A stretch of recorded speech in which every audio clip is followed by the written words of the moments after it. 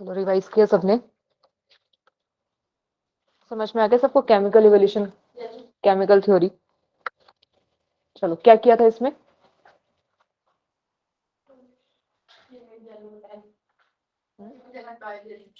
कीमोजेनी बायोजेनी। ठीक है, हमने किया था कि इसमें क्या होता है, दो पार्ट में यहाँ पर इसको पढ़ना है।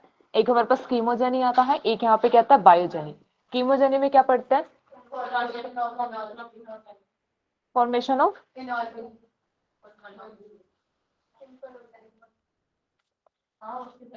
कीमोजेनी में सिंपल यहाँ पे क्या होगा कि जैसे हमारा यहाँ पे एटम से स्टार्ट होके एंड कहाँ पे जाएगा, यहाँ पर बनेंगे ऑर्गेनिक कंपाउंड। ठीक है, ये क्या था, ऑर्गेनिक कंपाउंड यहाँ पे बनता है। और ऑर्गेनिक कंपाउंड में यहाँ पे कैसे बनता है, कॉम्प्लेक्स ऑर्गेनिक कंपाउंड यहाँ पर आते हैं। ठीक है, फिर अलग अलग यहाँ पे स्टेप देखे थे कि पहले यहाँ पे क्या बनता है, इनऑर्गेनिक सब्सटेंस बनता है। फिर उसके बाद इनऑर्गेनिक से वहां पे क्या बनता है, simple organic molecule. Simple organic से फिर वहां पे क्या बनता है, कॉम्प्लेक्स ऑर्गेनिक कंपाउंड्स। फिर उसके बाद स्टार्ट होती है बायोजेनी। बायोजेनी में क्या होता है,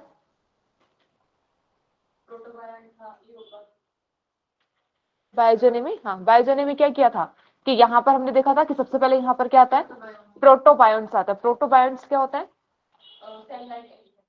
सेल लाइक एग्रीगेट होता है। और इसके बाद फिर यहाँ पर क्या बनता है, इओबायोन्स बनते हैं। ठीक है, अच्छा प्रोटोबायोन्ट्स को किसने देखा था, आर्टिफिशियली कैसे सिंथेसाइज किया था? ठीक है, ओपेरन ने किया था और किसने किया था, सिडनी फॉक्स ने किया था। ओपेरन ने इसे क्या बोला था, कोजरविट्स बोला था, और सिडनी फॉक्स ने माइक्रोस्फीयर बोला था। ठीक है, दोनों में डिफरेंस क्या होता है? माइक्रोस्फीयर में सिर्फ क्या प्रेजेंट होता है, एग्रीगेट होता है, प्रोटीन्स के होते हैं। लेकिन जो कोसलविट्स होते हैं उनमें क्या होता है, कार्बोहाइड्रेट प्लस में प्रोटीन के एग्रीगेट वहां पर होते हैं। ठीक है, मेम्ब्रेन किसमें प्रेजेंट होती है, माइक्रोस्फीयर में एक डबल मेम्ब्रेन प्रेजेंट होती है। और कोसलविट्स में क्या होता है, वाटर शेल, वाटर शेल होती है। वहां पे क्या था ना कि कोई डेफिनेट मेम्ब्रेन नहीं होती, वहां पे क्या कहता है, वाटर शेल वहां पे प्रेजेंट होती है। ठीक है, डिवीजन एबिलिटी किसके पास होती है, इओबायोन्ट्स के पास डिवीजन एबिलिटी यहाँ पर होती है। ठीक है, इसके बाद फिर क्या आता है नेक्स्ट, फर्स्ट यहाँ पे क्या बनता है, फर्स्ट प्रोकैरियोटिक सेल यहाँ पर आता है। और जो फर्स्ट प्रोकैरियोटिक सेल होता है वो क्या, कौन सा होता है, कीमो हेट्रोट्रोप्स यहाँ पर आता है। फर्स्ट प्रोकैरियोटिक सेल यहाँ पे क्या आए थे, कीमो हेट्रोट्रोप्स आए थे। कीमो हेट्रोट्रोप्स के बाद फिर यहाँ पर आता है कीमो ऑटोट्रोप, यहाँ पर आता है कीमो ऑटोट्रोप के बाद नेक्स्ट यहाँ पर क्या आता है, फोटो ऑटोट्रोप्स यहाँ पर आता है। फोटो ऑटोट्रोप्स में भी हमने क्या था कि सबसे पहले कौन से आएंगे, एनऑक्सीजेनिक आता है। एनऑक्सीजेनिक के बाद फिर यहाँ पर क्या आता है, ऑक्सीजेनिक फोटो ऑटोट्रोप। फिर इसके बाद नेक्स्ट क्या होगा, फर्स्ट यूकेरियोटिक सेल यहाँ पर आएगा। ठीक है, फर्स्ट यूकेरियोटिक सेल यहाँ पर होगा। और यहाँ पे देखो जितना भी यहाँ पे मतलब ऐसे चल रहा है यहाँ पे कि यहाँ पे कीमो हेट्रोट्रोप है, इससे क्या बन रहा है, ऑटोट्रोप बनता है। फिर उसके बाद यहाँ पे फोटो ऑटोट्रोप आता है, एनऑक्सीजेनिक, फिर ऑक्सीजेनिक, फिर यहाँ पर क्या आता है, यूकेरियोटिक। सब में यहाँ पे क्या करता है, नेचुरल सिलेक्शन एक्ट करता है। और यहाँ पे म्यूटेशन होते हैं, चेंजेस होता है, तभी वहां पे क्या करता है, मॉडिफिकेशन वहां पर होता है, एडवांसमेंट वहां पर आ रहे हैं, चेंजेस वहां पर आते हैं। ठीक है, तो यहाँ तक क्या था कि फर्स्ट यूकेरियोटिक सेल यहाँ पे बनता है। इसके बाद नेक्स्ट क्या किया था, एंडोसिम्बायोटिक थ्योरी। एंडोसिम्बायोटिक थ्योरी में क्या होता है,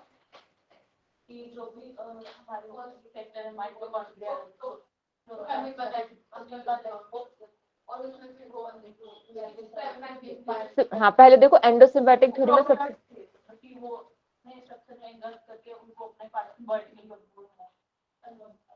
हाँ सिंपल ये था कि जो हमारे जो ऑर्गेनेल्स थे, मतलब क्लोरोप्लास्ट और जो यहाँ पे क्या था, माइटोकॉन्ड्रिया, इनका ओरिजिन कैसा, प्रोकैरियोटिक ओरिजिन है। प्रोकैरियोटिक ओरिजिन कैसा था कि वहां पर क्या थे, अमीबा लाइक। फर्स्ट जो प्रोकैरियोटिक सेल थे कैसे थे, अमीबा लाइक थे। उन्होंने इंजेक्शन की थी, किसकी इंजेक्शन की थी, प्रोकैरियोटिक ऑर्गेनिज्म की।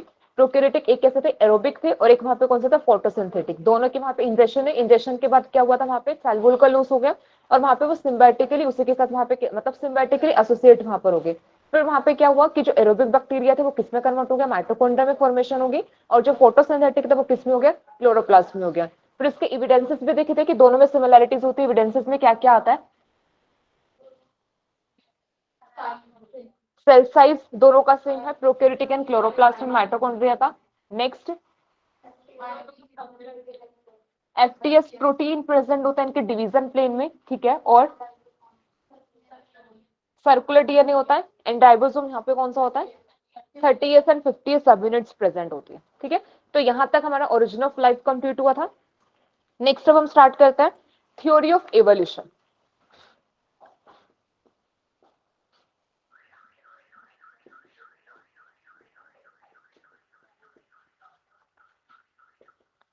नेक्स्ट अब यहां पे स्टार्ट होता है थ्योरी ऑफ एवोल्यूशन।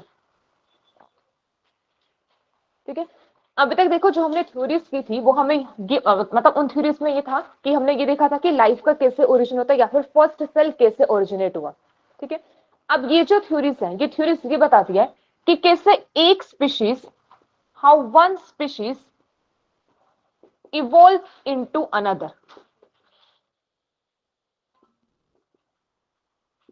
ठीक है, कि एक स्पीशीज कैसे दूसरी स्पीशीज में इवॉल्व वहां पर हो जाता है या फिर न्यू स्पीशीज की फॉर्मेशन कैसे होती है। ठीक है, तो बेसिकली एवोल्यूशन यहाँ पे पढ़ रहा है, डेवलपमेंट यहाँ पे देखेंगे कि एक स्पीशीज कैसे दूसरे स्पीशीज में इवॉल्व यहाँ पर होती है। ठीक है, अब यहाँ पर जो थ्योरीज आई थी सबसे पहले जो यहाँ पर आया था वो आया था लेमार्क। ठीक है, लेमार्क ने यहाँ पे थ्योरी दी थी जिसको लेमार्किज्म भी बोलते हैं। लेमार्क्स थ्योरी यहाँ पर पढ़ेंगे, लेमार्क्स थ्योरी ऑफ एवोल्यूशन यहाँ पर आता है, लेमार्क ने यहाँ पर दिया था। ठीक है, लेमार्क्स थ्योरी ऑफ एवोल्यूशन आता है। फिर यहाँ पे डार्विन आता है, डार्विन के हम पढ़ेंगे Darwinism, Darwin theory of evolution यहाँ पर आता है। ठीक है, एक हम यहाँ पे पढ़ेंगे म्यूटेशन थ्योरी यहाँ पर आएगी। ठीक है, म्यूटेशन थ्योरी करते हैं। अब ऐसे देखो जो लेमार्क्स था, लेमार्क ने लेमार्किज्म यहाँ पे दिया, लेमार्क ने थ्योरी यहाँ पे दी, बट इसकी कुछ शॉर्ट कमिंग्स थी, उसको ओवरकम करने के लिए, मतलब शॉर्ट कमिंग्स को वहां से अलग करने के लिए फिर वहां पर आता है यहाँ पे नियो लेमार्किज्म आता है। ठीक है, तो लेमार्किज्म के बाद यहाँ पे हम पढ़ेंगे नियो लेमार्किज्म पढ़ेंगे, मतलब जिसने क्या किया था लेमार्क्स की थ्योरी की जो भी शॉर्ट कमिंग्स थी उसको दूर किया था, फिर कुछ नई वहां पे मतलब एक नया जो लेमार्क की थ्योरी थी उसको मॉडिफाई वर्जन वहां पे दिया था। ऐसे जो डार्विन है, डार्विन ने भी जो यहाँ पे बताया था इसकी भी यहाँ पे क्या थी, कुछ मॉडिफिकेशन यहाँ पर हुई थी, तो यहाँ पर आया था नियो डार्विनिज्म। ठीक है, नियो डार्विनिज्म, और ये जो नियो डार्विनिज्म होता है इसी को हम मॉडर्न सिंथेटिक थ्योरी भी बोलते हैं, modern synthetic theory of evolution. ठीक है, modern synthetic theory of evolution. और एक हम यहाँ पे लास्ट में पढ़ेंगे म्यूटेशन थ्योरी। ठीक है, तो ये तीन इंपॉर्टेंट थ्योरीज आती है जिन्होंने क्या किया था यहाँ पे एवोल्यूशन को एक्सप्लेन किया था कि कैसे एक स्पीशीज दूसरे स्पीशीज में इवॉल्व होते हैं, उसको एक्सप्लेन यहाँ पे किया। अब इनमें से जो सबसे ज्यादा जो इंपॉर्टेंट है ना वो यहाँ पर है नियो डार्विनिज्म। ठीक है, सबसे ज्यादा इंपॉर्टेंट है यहाँ पे नियो डार्विनिज्म या फिर modern synthetic theory of evolution. तो बेसिकली जो अब जो एवोल्यूशन की वाइडली एक्सेप्टेड थ्योरी है ना वो नियो डार्विनिज्म है। ठीक है, neo Darwinism exam point of view से भी इंपॉर्टेंट है, यहाँ से क्वेश्चन आता है। ठीक है, और वैसे भी अभी भी जो मोस्ट एक्सेप्टेड थ्योरी यहाँ पे एवोल्यूशन की वो नियो डार्विनिज्म यहाँ पर है। ठीक है, तो यही पढ़ेंगे, पहले लेमार्किज्म आएगा, लेमार्किज्म के बाद फिर नियो लेमार्किज्म करेंगे, ऐसे फिर डार्विनिज्म करेंगे, डार्विनिज्म के बाद फिर neo Darwinism, modern synthetic theory, फिर नेक्स्ट हम करेंगे म्यूटेशन थ्योरी। ठीक है, तो सबसे पहले स्टार्ट करते हैं Lamarck theory of evolution.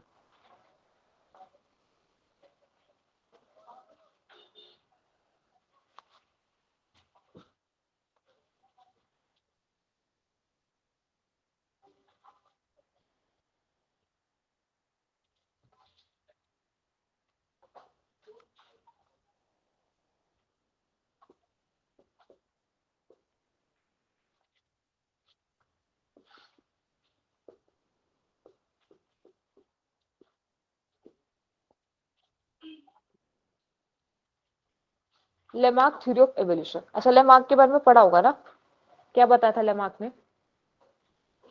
Use and disuse of organs के रिलेटेड। Use and disuse of organ, use and disuse of organ का मतलब क्या होता है? जो यूज होता है वो तो प्रोटेक्ट करता है और नहीं होता वो वेस्ट वगैरह हो जाता है, या फिर उनकी थोड़ा सा क्या खत्म होने लग जाता है। ठीक है, use and disuse of organ, और इसके अलावा और कुछ मतलब कुछ भी दिया हो? अच्छा, use and disuse of organ को मतलब किसी लेमार्क ने कोई एग्जांपल दे उससे एक्सप्लेन कर सकते हो? जिराफ नेक। जिराफ नेक, मतलब उसने जिराफ नेक का एग्जांपल दिया था कि सिंपल वहां पे क्या होता है कि वहां पे जिराफ ने क्या किया, अपने नेक का कॉन्टिन्यूसली यूज किया तो स्ट्रेचिंग वहां पर हुई, तो उससे क्या वो उसकी नेक इलोंगेट कर गई। ठीक है, ये उसने वहां पे एग्जांपल दिया था। ठीक है, तो देखो जो लेमार्क था ना, लेमार्क ने सिर्फ use and disuse of organ नहीं था, उसने और भी बहुत कुछ यहाँ पे बताया था। ठीक है, सबसे पहले तो देखो जो लेमार्क थे, जो फर्स्ट थ्योरी ऑफ इवोल्यूशन यहाँ पर आई थी ना वो दी थी लेमार्क ने, मतलब एक आइडिया जो दिया था ना कि एवोल्यूशन कैसे होता है वो किसने बताया था? लेमार्क ने। ठीक है, लेमार्क ने फर्स्ट थ्योरी यहाँ पे एवोल्यूशन की दी थी। जब लेमार्क ने एक मतलब कुछ ऐसा कंसेप्ट दिया ना कि मतलब एवोल्यूशन के बारे में बताया कि एवोल्यूशन कैसे होता है, फिर और साइंटिस्ट को भी यहाँ पे क्या मिला, उनको आइडिया मिला, फिर उन्होंने क्या कि इसी को मॉडिफाई करते गए और या फिर इसी में मतलब अपने अपने मतलब तब उन्होंने एक्चुअल में सोचना स्टार्ट किया था। हाँ, उसके बाद एक्चुअल में क्या होता, और जो मतलब बायोलॉजिस्ट उन्होंने सोचना स्टार्ट किया। जैसे डार्विन है, डार्विन ने भी कोई नया आइडिया मतलब उसने अपनी थ्योरी वहां पे दी थी, बट उसको आइडिया कहाँ से मिला था, आइडिया वहां पे लेमार्क से ही स्टार्ट हुआ था। ठीक है, थ्योरी ऑफ एवोल्यूशन के बारे में बताना स्टार्ट ही कहां से होता है, लेमार्क से हुआ था। अब लेमार्क ने यहाँ पे क्या बताया था, लेमार्क ने एवोल्यूशन को बोला कि एवोल्यूशन यहाँ पे क्या होता है, ट्रांसफॉर्मिज्म है। इसने यहाँ पे कंसेप्ट दिया था ट्रांसफॉर्मिज्म। ठीक है, ट्रांसफॉर्मिज्म इसने क्या बोला कि जैसे जो स्पीशीज होती है, एक स्पीशीज क्या करती है, किसी दूसरे स्पीशीज में ट्रांसफॉर्म यहाँ पर होती है। ठीक है, स्पीशीज का ट्रांसफॉर्मिज्म यहाँ पर होता है कि जैसे एक स्पीशीज यहाँ पे वन थी, अभी वन किस में ट्रांसफॉर्म होगी, टू स्पीशीज में ट्रांसफॉर्म होगी, और फिर टाइम के साथ साथ फिर क्या करेगी, सेकेंड जो स्पीशीज है वो किस में ट्रांसफॉर्म हो जाएगी, थर्ड में ट्रांसफॉर्म हो जाएगी। ठीक है, थर्ड के बाद फिर टाइम के साथ साथ ये किस में ट्रांसफॉर्म हो जाएगी, फोर्थ में यहाँ पर ट्रांसफॉर्म होगी। तो सिंपल इसने क्या बोला कि जो नई स्पीशीज बनता है या फिर जो एवोल्यूशन किसी भी स्पीशीज का होता है, किस होता है, ट्रांसफॉर्मिज्म वहां पर होता है कि एक स्पीशीज क्या करती है, ट्रांसफॉर्म हो जाती है इनटू अनदर स्पीशीज। फिर टाइम के साथ साथ वहां पे क्या होगा, चेंजेस वहां पर आएंगे, फिर वो किस में हो जाएगी, फिर वो नेक्स्ट स्पीशीज में क्या करते हैं, वहां पे ट्रांसफॉर्म हो जाती है। ठीक है, तो यहाँ पे इन्होंने जो आइडिया दिया था किसका दिया था, ट्रांसफॉर्मेशन की, मतलब एवोल्यूशन कैसा होता है, एवोल्यूशन कैसे, ट्रांसफॉर्मिज्म यहाँ पर होता है कि एक स्पीशीज क्या करेगी, कंप्लीटली ट्रांसफॉर्म हो जाती है किससे, नेक्स्ट स्पीशीज में। ठीक है, तो इंपॉर्टेंट है यहाँ पे लेमार्क ने क्या बताया था, ट्रांसफॉर्मिज्म के बारे में बताया था। जब हम डार्विन का करेंगे ना, तो डार्विन में भी देखेंगे कि उसने कैसे एवोल्यूशन को बताया था। ठीक है, अब उसके बाद देखो, अब यहाँ पे कुछ ना पोस्टुलेट यहाँ पे थे। एक तो यहाँ पे बेसिक आइडिया जो लेमार्क ने मतलब एवोल्यूशन का दिया था, ट्रांसफॉर्मिज्म का दिया था। इसके बाद कुछ पोस्टुलेट यहाँ पे दिए थे लेमार्क्स ने। तो नेक्स्ट अभी देखते हैं कि इनके पोस्टुलेट यहाँ पे क्या थे।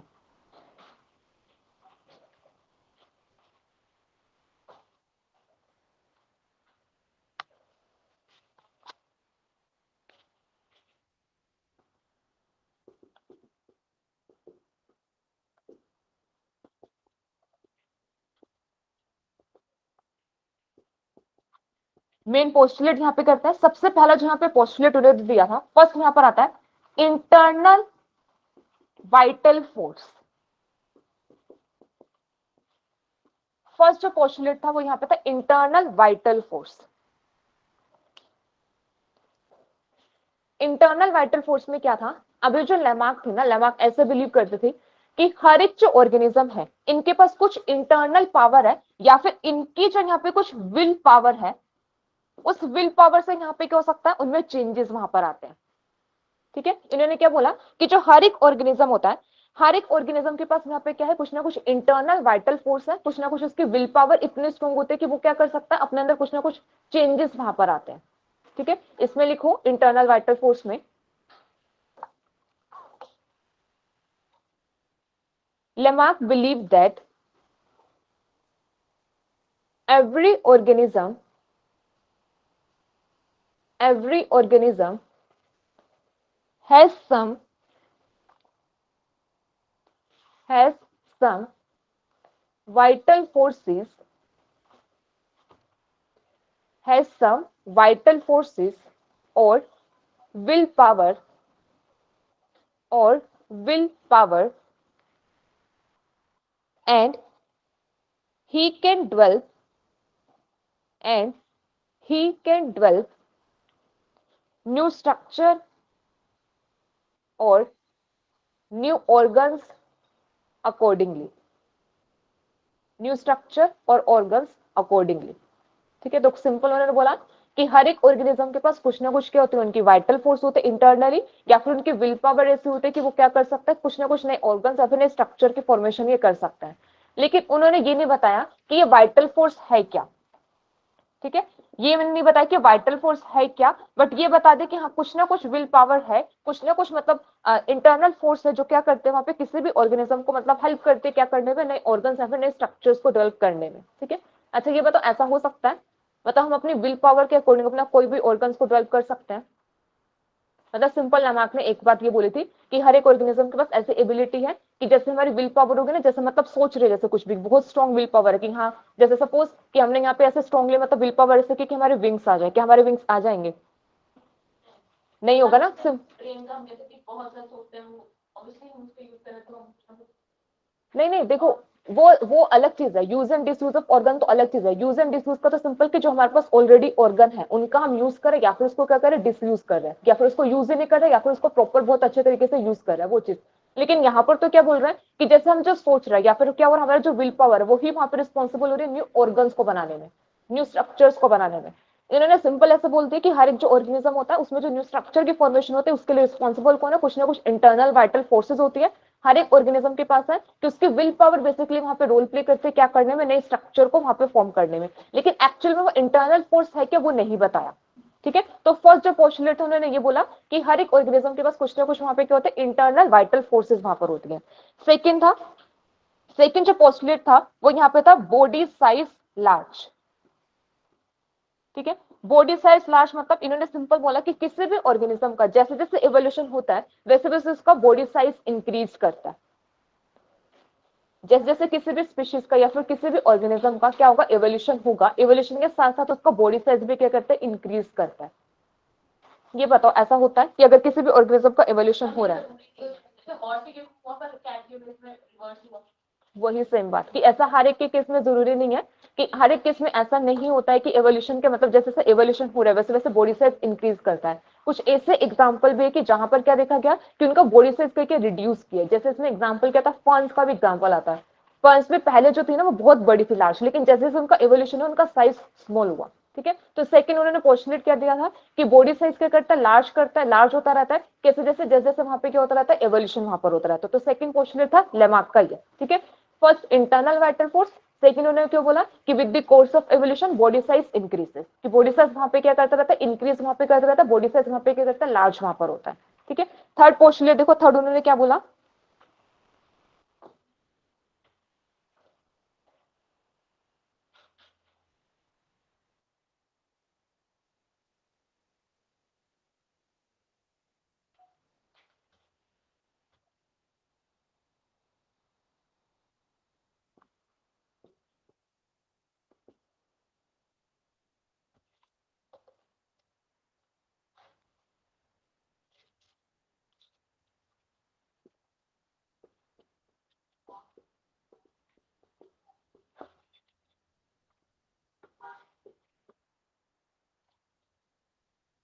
थर्ड यहाँ पर था fluctuations in environment and new needs.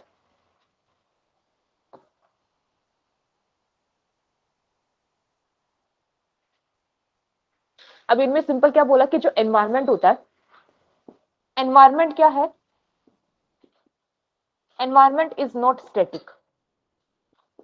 ठीक है, एनवायरमेंट स्टैटिक नहीं है, मतलब यहाँ पे क्या होता जा रहा है, कुछ ना कुछ चेंजेस यहाँ पर हो रहे हैं। एनवायरमेंट क्या करता है, फ्लक्चुएट वहां पे करता है, एनवायरमेंट में वहां पे कहते हैं चेंजेस वहां पर होते हैं। ठीक है, चेंजेस वहां पर आएंगे, एनवायरमेंटल चेंजेस वहां पर होंगे, चेंजेस में वहां पर क्या होगा, कुछ ना कुछ वहां पे क्या होंगे, एडवर्स कंडीशन वहां पर आएंगी। और ये जो एडवर्स कंडीशंस हैं ये क्या क्रिएट करेंगी, ये क्रिएट करेंगी न्यू नीड, किसी भी ऑर्गेनिज्म की न्यू नीड को ये क्रिएट करेगी। और ये न्यू नीड फिर आगे रिस्पॉन्सिबल होगी क्या करने में, न्यू ऑर्गन बनाने में, या फिर कोई भी न्यू स्ट्रक्चर बनाने में, या फिर एवोल्यूशन के लिए कुछ भी, मतलब इसके लिए यहाँ पर कहते हैं न्यू नीड यहाँ पर रिस्पॉन्सिबल होती है। ठीक है, कि यहाँ पर क्या हो रहा है, एनवायरमेंट चेंज कर रहा है, एनवायरमेंट स्टैटिक नहीं है, एडवर्स कंडीशन वहां पर आ रही है, एडवर्स कंडीशन वहां पे क्या करते हैं, न्यू नीड वहां पे क्रिएट करी किसी भी ऑर्गेनिज्म में, और न्यू नीड वहां पे रिस्पॉन्सिबल है क्या करने में, एक नया ऑर्गन या फिर कुछ नया स्ट्रक्चर वहां पे बनाने में। तो सिंपल बोला कि नीड की वजह से वहां पर क्या होता है, कोई भी ऑर्गेनिज्म होता है उसमें नया ऑर्गन वहां पे बनता है या फिर स्ट्रक्चर बनता है, किसी भी ऑर्गेनिज्म का एवोल्यूशन ऐसे होता है। एनवायरमेंट फ्लक्चुएट कर रहा है, एनवायरमेंट फ्लक्चुएट करने से नई नीड्स वहां पर हो रही है, नीड्स बेसिकली रिस्पॉन्सिबल होते हैं क्या करने में, उसका एवोल्यूशन वहां पे करने में। ये बताओ ये सही होगा या फिर गलत होगा, सही है, कैसे सही है,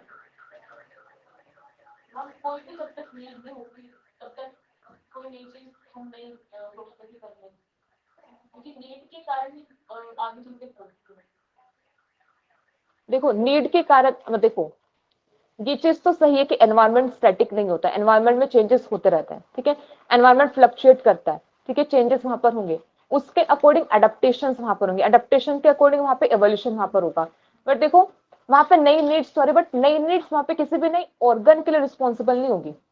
देखो सिंपल यहाँ पे क्या, एनवायरनमेंट वहां पे चेंज कर रहा है, एनवायरनमेंट में फ्लक्चुएशन वहां पर हो रही है, चेंजिंग वहां पर एनवायरनमेंट है, वो क्या करेगा, अपने आप को वैसे क्या करेगा, अडेप्ट वहां पे करेगा, अडेप्टेशन वहां पर होंगे उसके अकॉर्डिंग वहां पे। ऐसा नहीं कि कुछ भी देखो कंडीशन चेंज कर रही है तो एक नीड वहां पे क्रिएट, उसने क्या करा, कुछ ना कुछ वहां पे अपनी बॉडी में कुछ ना कुछ वहां पे चेंज कर लिया, कि वहां पे कोई नया स्ट्रक्चर, वहां पे नया ऑर्गन वहां पर आ गया। फिर उसके बाद एनवायरमेंट फिर चेंज किया, नीड वहां पे उसके मतलब चेंज हुई, फिर उसने वहां पे फिर अपने अंदर ऐसे मॉडिफिकेशन कर ली। एनवायरमेंट फ्लक्चुएट कर रहा है, ये सही है कि एनवायरमेंट स्टैटिक नहीं है, एनवायरमेंट में फ्लक्चुएशन होता है, ऑर्गेनिज्म पर भी इफेक्ट उसका पड़ता है, एवोल्यूशन में वो इफेक्ट करती है। बट ऐसा नहीं होता कि वहां पे जो नीड्स होते हैं, ऐसा देखो हर बार नीड वहां पे चेंज हो रही है, हर बार नीड वहां पे चेंज, तो हर बार क्या होगा, वहां पे एक नया ऑर्गन, वहां पे नया स्ट्रक्चर की फॉर्मेशन वहां पर होगी ना। एडेप्टेशन बोल सकते हैं हम, एडेप्टेशन वहां पे बोल सकते हैं कि एडेप्टेशन होती है, ऑर्गेनिज्म वहां पे चेंज करता है, एवोल्यूशन वहां पर होता है, एनवायरमेंट फ्लक्चुएट नहीं है, ये सही है। लेकिन इसको हम कंप्लीटली ट्रू ऐसे नहीं बोल सकते कि ये पूरा का पूरा ही यहाँ पे सही होगा। ठीक है, तो देखो ये चीज तो ना ऐसे था, ये चीज वहां पे मतलब लैमार्क ने ये सब अपना पूरा का पूरा बताया था, हर एक ऑर्गेनिज्म के बारे में, एवोल्यूशन के बारे में ये सब बताया। ये तो बाद में फिर जैसे और मतलब पता लगा ना, और जब स्टडी की गई उसके बाद फिर यहाँ पे बोलेगा कि नहीं, जो लैमार्क ने बताया था वो पूरे तरीके से सही नहीं था। ठीक है, वैसे लैमार्क ने जो भी बताया था उसमें सिर्फ एक या दो बातें मतलब एप्लीकेबल होती थी, या फिर जो सही थी, बाकी सब कुछ ऐसे ही था। लेकिन फिर भी एक उन्होंने एक बेसिक आइडिया वहां पे दे दिया था, किसके लिए, मतलब एक फ्रेम सेट कर रखे था कि इवोल्यूशन बेसिकली होता कैसे, कि इससे के बाद फिर आगे और बायोलॉजिस्ट को वहां पे आइडिया मिला कि कैसे मतलब इवोल्यूशन को कैसे ऐसे भी सोचा जा सकता है। ठीक है, तो थर्ड यहाँ पे था कि उन्होंने क्या बोला कि एनवायरमेंट में फ्लक्चुएशंस होती हैं, तो वहां पे एडवर्स कंडीशन आएंगी, वो नई नीड्स को क्रिएट करती है, नई नीड्स से फिर वहां पे ऑर्गेनिज्म में चेंज वहां पे देखने को मिलता है। यहाँ तक ठीक है, बट नीड्स की वजह से वहां पे कुछ भी चेंज देखने को नहीं मिलता, ये यहाँ तक सही नहीं होता। ठीक है,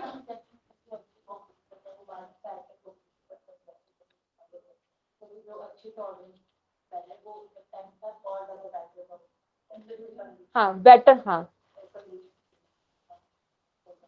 लेकिन उसमें नहीं नहीं, देखो रिवर्स नहीं, देखो टाइम के साथ अडेप्टेशन होगी, अडेप्टेशन से बट ये है ना कि वहां पे कुछ नया मतलब नया स्ट्रक्चर तो नहीं वहां पे बन रहा ना, उनमें उनकी एबिलिटीज जो है वही वहां पर वो हो रही है।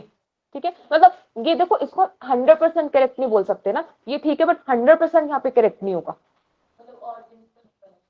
हाँ वैसे चेंजेस, हाँ एवोल्यूशन तो देखो होगा ही, एवोल्यूशन ऐसे भी ऐसे होता है कि एनवायरमेंट चेंज करता है, एनवायरमेंट में चेंजेस वहां पर होंगे तो फिर क्या करेगा, वहां पे उसी के एडेप्टेशन होता है, एडेप्टेशन से फिर वो चेंजेस एक्यूमुलेट होता रहता है, एक्यूमुलेशन होता है, उसके बाद फिर कुछ नया करेक्टर वहां पे देखने को मिलता है। बट ये क्या बोल रहा है कि एनवायरमेंट चेंज हुआ, वहां पे क्या नीड हुई, नीड की वजह से वहां पे नया करेक्टर आता है। बट हम क्या पढ़ते हैं कि चेंजेस वहां पर आता है, चेंजेस एक्यूमुलेट करते रहता है, एक्यूमुलेशन के बाद फिर एक नया करेक्टर बनता है।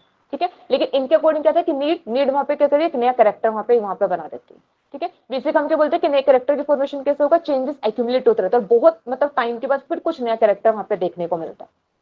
ठीक है, इसके बाद नेक्स्ट आता है, नेक्स्ट जो पोस्टुलेट इन्होंने यहाँ पे दिया था, ये आता है use and disuse of organ. Next आता है use and disuse of organ.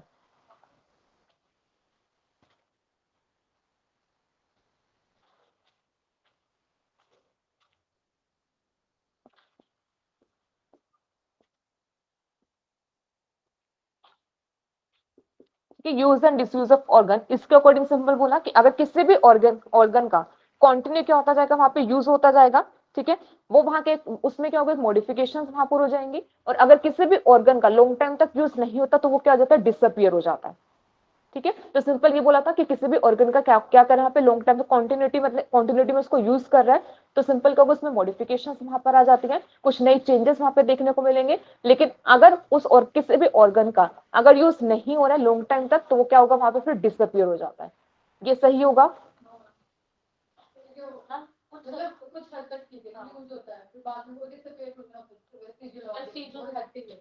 नहीं देखो, एक चीज देखो, इसको हम ऐसे कर सकते हैं ना, अब जैसे ह्यूमन मतलब ह्यूमन बींग में ऐसा बोला गया था कि पहले क्या थे, टेल प्रेजेंट थे। ठीक है, लेकिन अब टेल नहीं प्रेजेंट है, तो एक्चुअल में हुआ क्या, वहां पे उसका यूज नहीं हुआ ना, टेल को उन्होंने लॉन्ग टर्म तक यूज नहीं किया, तभी तो वहां पे क्या हुआ, मतलब फिर जो नेक्स्ट जनरेशन है, अब वहां पे टेल प्रेजेंट ही नहीं थी। तो ये एक तरह से इसका एग्जाम्पल बन जाता है ना कि अगर किसी भी ऑर्गन का लॉन्ग टाइम तक यूज नहीं होता तो वो क्या करते हैं, डिसअपियर वहां पर हो जाते हैं।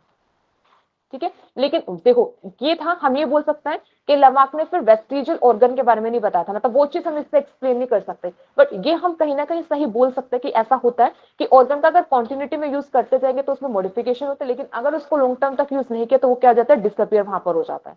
ठीक है, वेस्टिजियल ऑर्गन वैसे इसी के एग्जांपल आ जाते हैं कि जैसे निक्लेटिंग मेम्ब्रेन प्रेजेंट होती है, अब वो भी किस लिए कि वहां पे लॉन्ग टर्म तक यूज नहीं होता, इसलिए वहां पे वो प्रेजेंट है लेकिन उसका फंक्शन नहीं कोई भी है। निक्लेटिंग मेम्ब्रेन, आईज में निक्लेटिंग मेम्ब्रेन होती है ना, निक्लेटिंग मेम्ब्रेन प्रेजेंट होती है, ठीक है। ये भी एक वेस्टिजियल ऑर्गन यहाँ पर होता है, ठीक है, ये यहाँ पे आ सकता है। इसके बाद नेक्स्ट यहाँ पर आता है, नेक्स्ट जो एक और यहाँ पे इंपॉर्टेंट पोस्टुलेट यहाँ पर आता है, वो यहाँ पर आता है inheritance of acquired character.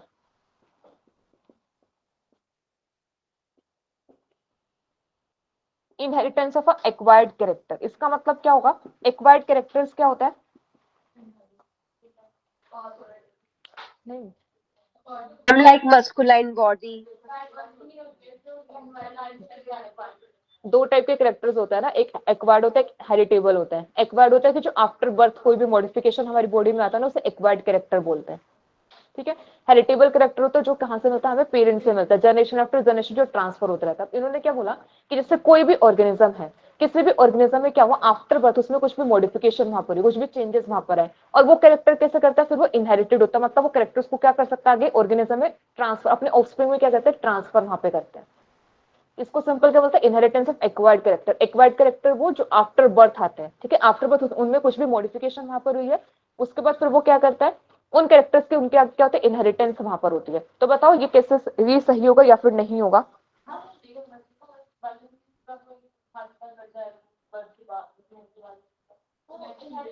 Inherited, हाँ सेम वही कि यहाँ पे उन्होंने ये बोल दिया था कि एक्वायर्ड कैरेक्टर का यहाँ पे इनहेरिटेंस होता है।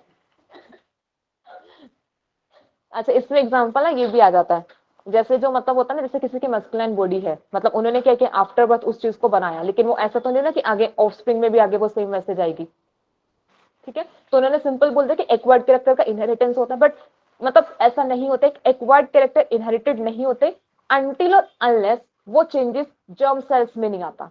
अगर जर्म सेल्स में कोई भी मॉडिफिकेशन आ रही है आफ्टर बर्थ, एक्वायर्ड कैरेक्टर कहां पर हो रहा है? जर्म सेल में हो रहा है, तब तो वो क्या होगा? इनहेरिट होगा। अगर सोमैटिक सेल में कुछ भी चेंज आ रहा है तब वो इनहेरिटेड नहीं होता है, ठीक है। तो जो इनहेरिटेंस ऑफ एक्वायर्ड कैरेक्टर होता है, ये तब सही होगा अगर वहां पे चेंजेस कहां पे देखने को मिलता है? जर्म सेल्स में चेंजेस देखने को मिलता है। अगर सोमैटिक सेल में देखने को मिलेंगे तो वो इनहेरिट नहीं होते हैं, ठीक है। जर्म सेल्स क्या होता है? Sex reproductive cell. सेल्स को क्या बोलते हैं? हाँ, रिप्रोडक्टिव सेल्स को यहाँ पे क्या बोलते हैं? जर्म सेल्स बोलते हैं। तो जर्म सेल्स में कुछ भी वहां पे चेंजेस आता है वो इनहेरिटेड होता है, लेकिन सोमैटिक सेल में चेंजेस आएंगे वो इनहेरिटेड नहीं होते हैं, ठीक है। तो ये 5 इंपॉर्टेंट पोस्टुलेट थे जो लैमार्क ने दिए थे। सबसे पहला क्या था बताओ? सबसे पहला बोला कि हर एक ऑर्गेनिज्म के पास कुछ ना कुछ इंटरनल वाइटल फोर्स वहां पर होते हैं, उनके पास इंटरनल एबिलिटी, उनके पास खुद के पास एबिलिटी क्या करने की, वहां पे अपना नया स्ट्रक्चर बनाने की, ठीक है। कुछ ना कुछ विल पावर होते हैं, विल पावर वहां पे क्या करती है? उनको हेल्प करते हैं नए स्ट्रक्चर बनाने में। फिर उन्होंने बोला कि एवोल्यूशन जैसे जैसे होता है वैसे वैसे क्या करता है? बॉडी साइज इंक्रीज करता है। फिर नेक्स्ट वहां पे बोला कि एनवायरमेंट में क्या होता है? फ्लक्चुएशंस आते हैं, फ्लक्चुएशन क्या करता है? नई नीड को क्रिएट करता है, नई नीड फिर क्या करता है? वहां पे न्यू ऑर्गन्स की न्यू स्ट्रक्चर की फॉर्मेशन करती है। फिर नेक्स्ट उन्होंने बोला कि यहाँ पे अगर किसी भी ऑर्गन का कॉन्टिन्यूसली यूज किया जाएगा तो क्या होगा? उसकी मॉडिफिकेशन है कि डेवलपमेंट होगी, एवोल्यूशन वहां पर होगा उस ऑर्गन का। अगर उसका कॉन्टिन्यूस यूज नहीं होगा तो वो क्या हो जाएगा? डिसअपियर वहां पर हो जाएगा। नेक्स्ट उन्होंने बोला इनहेरिटेंस ऑफ एक्वायर्ड कैरेक्टर, कि वहां पे क्या एक्वायर्ड कैरेक्टर्स का कहता है इनहेरिटेड होता है, कि अगर कोई भी कैरेक्टर है उन्होंने क्या किया आफ्टर बर्थ उसमें उनमें कुछ भी मॉडिफिकेशन है तो वो क्या करेगा? नेक्स्ट जनरेशन में भी क्या होता है? पास वहां पर होता है, ठीक है। तो ये सब जो बताया था किसने? लैमार्क ने बताया था, किसके बारे में? एवोल्यूशन के बारे में, ठीक है। अब यहाँ पे एविडेंसेस देखते हैं कि ऐसे मतलब एविडेंसेस भी यहाँ पे थे जो लैमार्किज्म को सपोर्ट करते थे या फिर जो लैमार्क थ्योरी को सपोर्ट यहाँ पे करते हैं, ठीक है। तो नेक्स्ट करता है evidences in support of Lamarckism.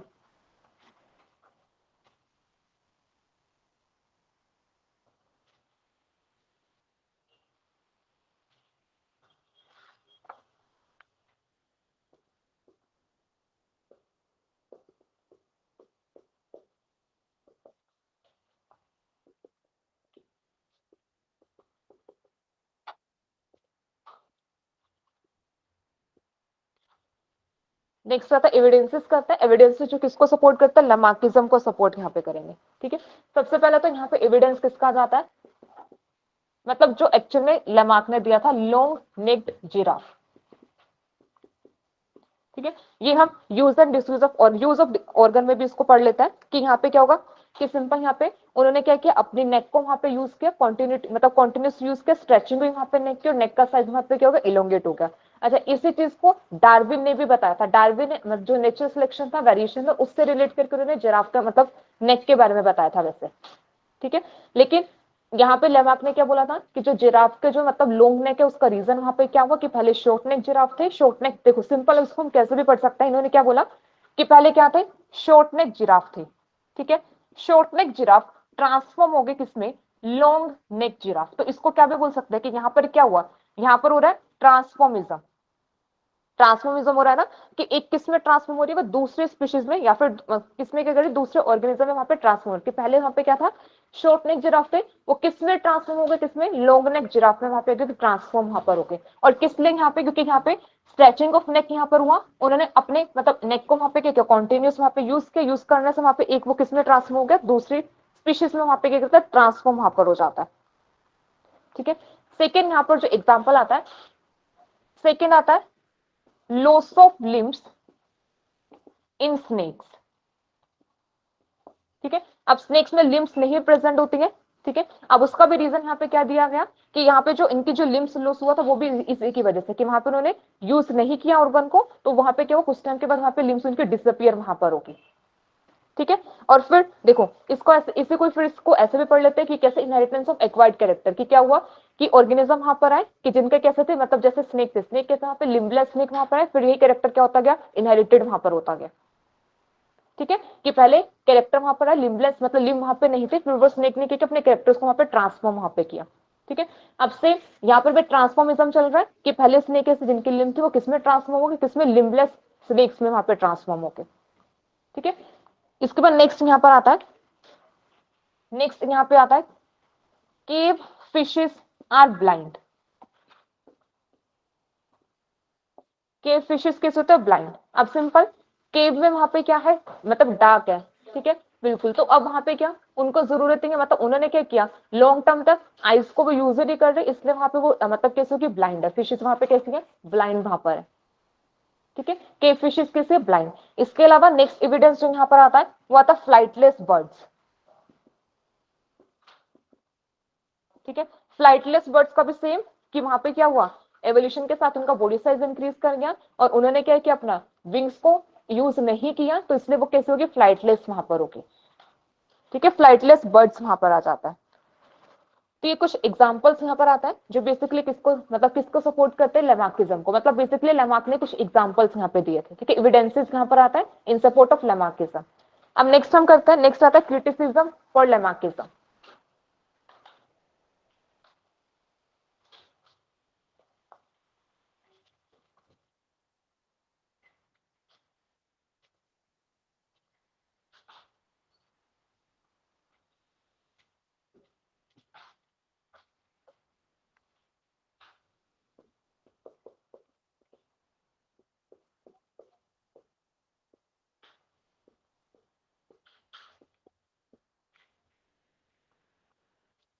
Next आता है criticism for Lamarckism.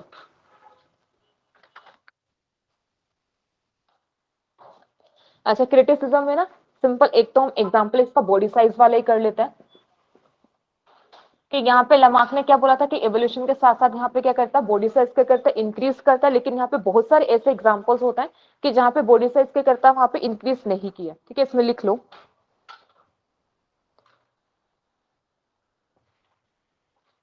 There are many examples of organism, there are many examples of organisms where evolution brought about by where evolution brought about by reduction in size, where evolution brought about by reduction in size. For example, many ferns and conifers, many ferns and conifers were large trees, were large trees, but now but now they are but now they are smaller in size, but now they are smaller in size, ठीक है। तो first यहाँ पर आता है इनका body size का, second जो यहाँ पे इनको क्रिटिसिज्म मिला था, सेकंड था इनहेरिटेंस ऑफ एक्वायर्ड कैरेक्टर।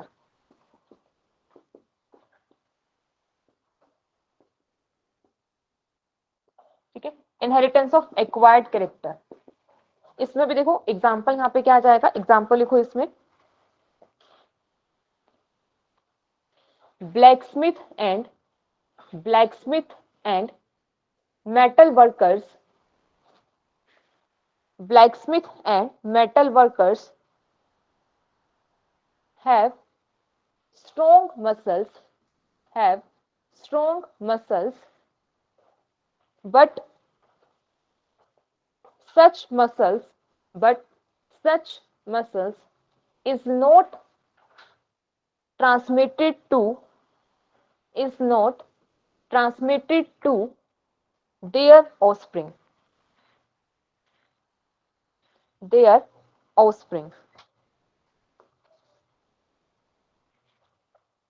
ठीक है। अच्छा, इसमें ना और भी बहुत सारे एग्जाम्पल आ जाता है इसमें, और एग्जाम्पल यहाँ पे लिखो, बोरिंग ऑफ पिन्ना, पिन्ना क्या होता है? हाँ, नहीं, कान में बाली जो पहनते हैं, खेत को पिन्ना नहीं बोलते हैं, पिन्ना तो हमारा एक्सटर्नल ईयर होता है। हाँ, एग्जाम्पल वही पढ़ रहे हैं, लेकिन पिन्ना एक्सटर्नल ईयर। हाँ। Boring of pinna nose by Indian women never inherited. हम इसको बोरिंग मॉडिफाई करके अब बोरिंग ऑफ फिनलैंड nose by Indian man and women नहीं होना चाहिए। हाँ, बिल्कुल मैन एंड वुमेन कर सकते हैं। Boring of pinna and nose by Indian man and women never inherited. Manpreet ने बोला। नेक्स्ट लिखो, European ladies wear tight waist garments to keep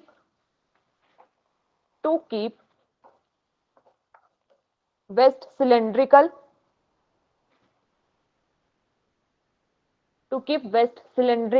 but offsprings have normal waist.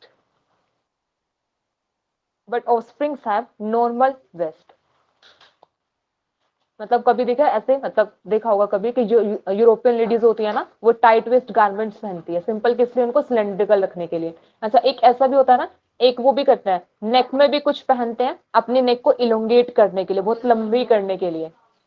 हाँ, ऐसे भी करके ना बहुत लंबा से करते हैं, उनकी नेक लंबी हो जाए। तो शूज का साइज, हाँ, चाइनीज में होता है, मतलब उनका ना फुट का साइज स्मॉल रहे, छोटा रखने के लिए ना वो ऐसे शूज ही स्टार्टिंग से ऐसे पहनते हैं। तो ये सब एग्जांपल किसमें आता है कि ये सारे एक्वायर्ड कैरेक्टर्स है ना, लेकिन ये कभी भी इनहेरिटेड नहीं होते। ठीक है, तो ये सब क्रिटिसिज्म में आ जाता है कि एक्वायर्ड कैरेक्टर ऐसे नहीं कि इनहेरिटेड होते। तो बहुत सारे ऐसे एग्जांपल्स है जिसमें एक्वायर्ड कैरेक्टर्स होते हैं बट वो इनहेरिटेड नहीं होते हैं।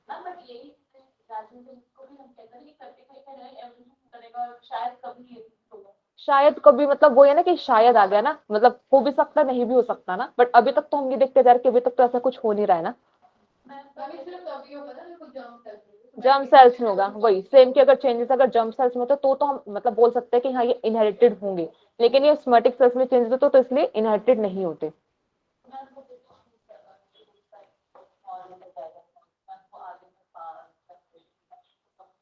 देखो स्मॉल साइज शूज का भी ना, देखो ऐसा वही सेम है कि मतलब जो अभी वो प्रेजेंट है उनका तो साइज स्मॉल हो जाएगा, बट ऐसा जरूरी नहीं कि नेक्स्ट जनरेशन में स्मॉल साइज भी वहां पर होगा। वहां पे ऑफस्प्रिंग जो होंगे उनका नॉर्मल साइज वहां पर आता है, नॉर्मल या फिर हो सकता है कि लार्ज साइज वहां पर है। ऐसा जरूरी नहीं कि उनका, मतलब देखो अगर हम इसको इनहेरिटेड तब बोलते हैं कि जैसे जो अभी प्रेजेंट में जो उनका मतलब साइज स्मॉल हुआ, तो आगे जो ऑफस्प्रिंग आ रहा है ना उनसे कभी उससे बड़ा साइज आ ही नहीं रहा, उतना रहा या फिर उससे भी स्मॉल साइज वहां पर आता है। बट अभी ऐसा कुछ नहीं देखने को मिल रहा कि यहाँ पे सिंपल क्या कि नॉर्मल साइज वहां पे देखने को मिल रहा। ठीक है, इसलिए इसको हम ये नहीं बोल सकते कि यहाँ पे जो एक्वायर्ड कैरेक्टर्स होता है वो इनहेरिटेड वहां पर होता है। ठीक है, अच्छा इसमें ये तो सेकंड था। थर्ड यहां पर आता है, थर्ड यहां पे लिखो आइज, लिखो थर्ड लिखो eyes, eyes that are being, eyes that are being continuously and eyes that are being continuously and नहीं नहीं थर्ड थर्ड पॉइंट कर रहे हैं, third continuous eyes that are being used continuously and constantly develop defects instead of being improved, develop defects instead of being improved। ठीक है, अब Lamarck ने क्या बोला था कि किसी भी ऑर्गन का अगर कॉन्टिन्यूसली यूज करते जाएंगे तो वो इंप्रूव होगा। ठीक है, लेकिन यहाँ पे क्या बोला कि जो आईज है वो सिंपल अगर उनका क्या करेंगे, लॉन्ग टाइम तक कॉन्टिन्यूसली यूज करते हैं, कॉन्स्टेंटली वहां पे यूज करते रहे, तो वहां पे इंप्रूव होने के बजाय डिफेक्ट वहां पर आ जाएंगे। ठीक है, तो ये भी सिंपल इसमें आ जाता है जो लेमार्किज्म को मतलब क्रिटिसाइज यहाँ पे करता है कि ऐसा नहीं होता है। देखो जब तक क्रिटिसिज्म नहीं मिलेगा तब तक फिर नया कुछ कैसे आएगा। तो नियो लेमार्किज्म भी तो आना था ना, फिर उसके बाद डार्विन ने भी आना था। अगर सब कुछ ही सही बोल देता तो उसके बाद जो प्रेजेंट डे की जो मॉडर्न सिंथेटिक थ्योरी वो आती ही नहीं ना, फिर तो यहीं पे सब कुछ स्टॉप हो जाता है ना। और हमें भी सिर्फ एक ही पढ़ने को मिलती, एक ही पढ़ने को मिलती ना, इतना कुछ पढ़ने को नहीं मिलता। अच्छा, इसी में देखो एक एक्सपेरिमेंट भी किया गया था, मतलब इसी चीज के लिए ना, एक्सपेरिमेंट जिसको बोलते हैं थ्योरी ऑफ जर्म प्लाज्म। पढ़ा हुआ है, याद है किसी को? पढ़ा होगा ये जरूर सबने। यस मैम, कट-टेल एक्सपेरिमेंट था माउस की। हाँ, कट-टेल एक्सपेरिमेंट था माउस का, थ्योरी ऑफ जर्म प्लाज्म या फिर उसको theory of continuity of germ plasm बोलते हैं।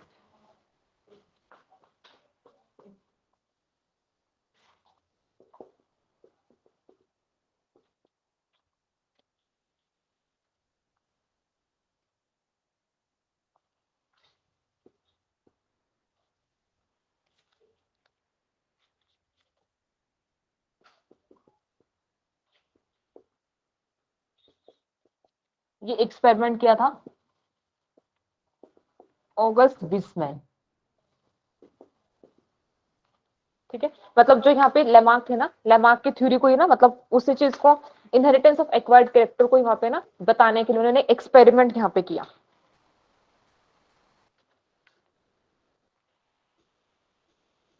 ठीक है, इन्होंने सिंपल यहाँ पे क्या लिया, मतलब यहाँ पे माउस लिया, इसके टेल को यहाँ पे क्या कट किया।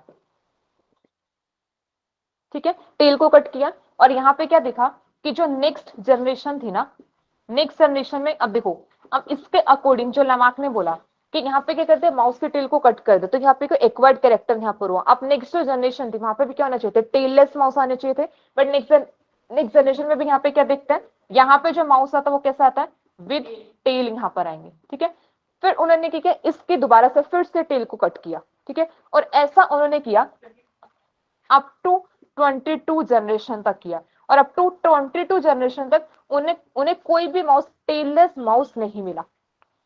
ठीक है, इन्होंने क्या किया, अप टू 22 जनरेशन तक किया और तब तक उन्होंने कोई भी टेललेस माउस वहां पे नहीं मिला।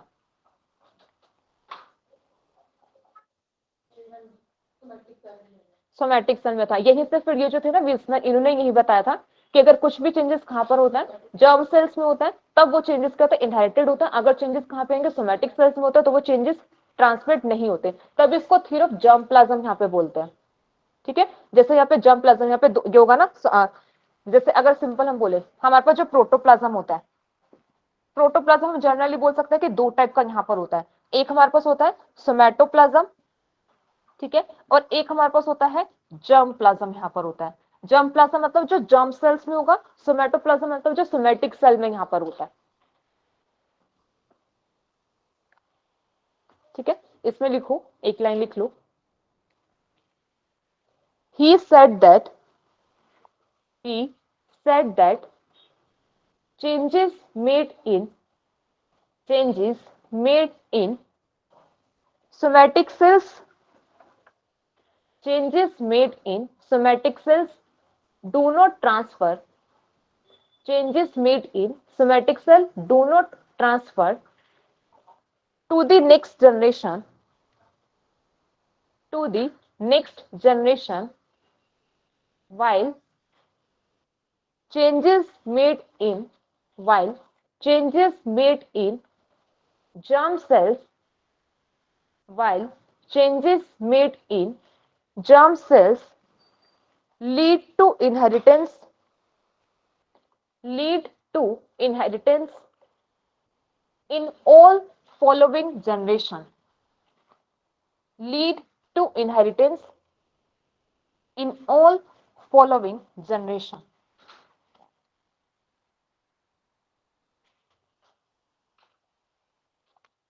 अब देखो सिंपल लामार्क ने क्या बोला था,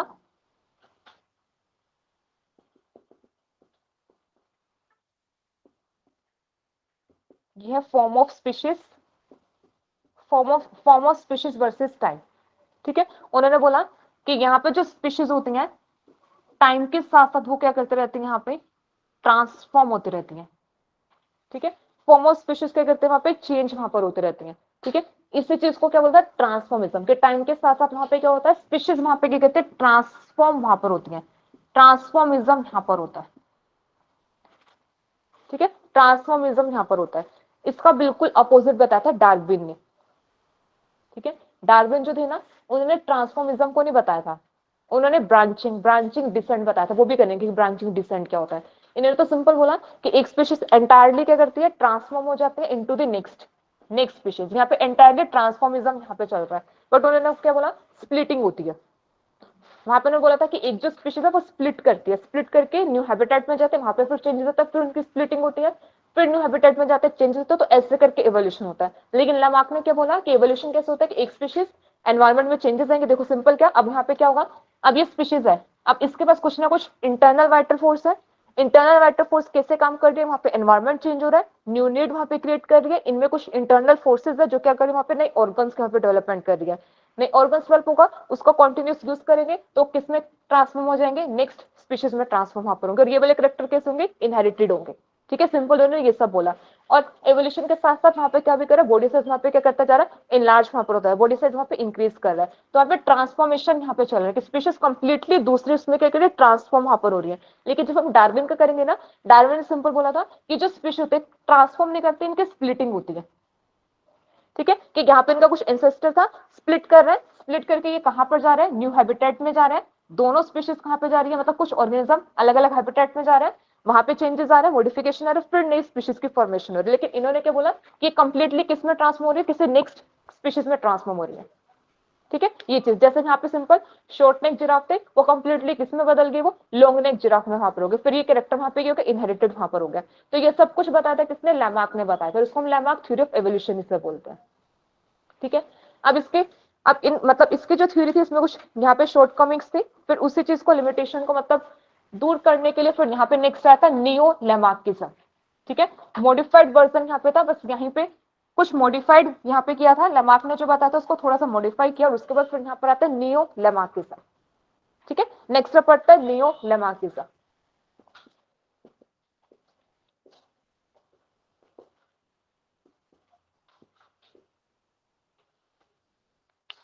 ठीक है, नेक्स्ट अब यहाँ पर आता है नियो लैमार्किज्म, यहाँ पर आता है, इसमें लिखो it proposed that first point लिखना, first point, environment does influence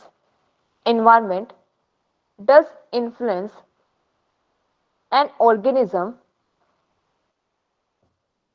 and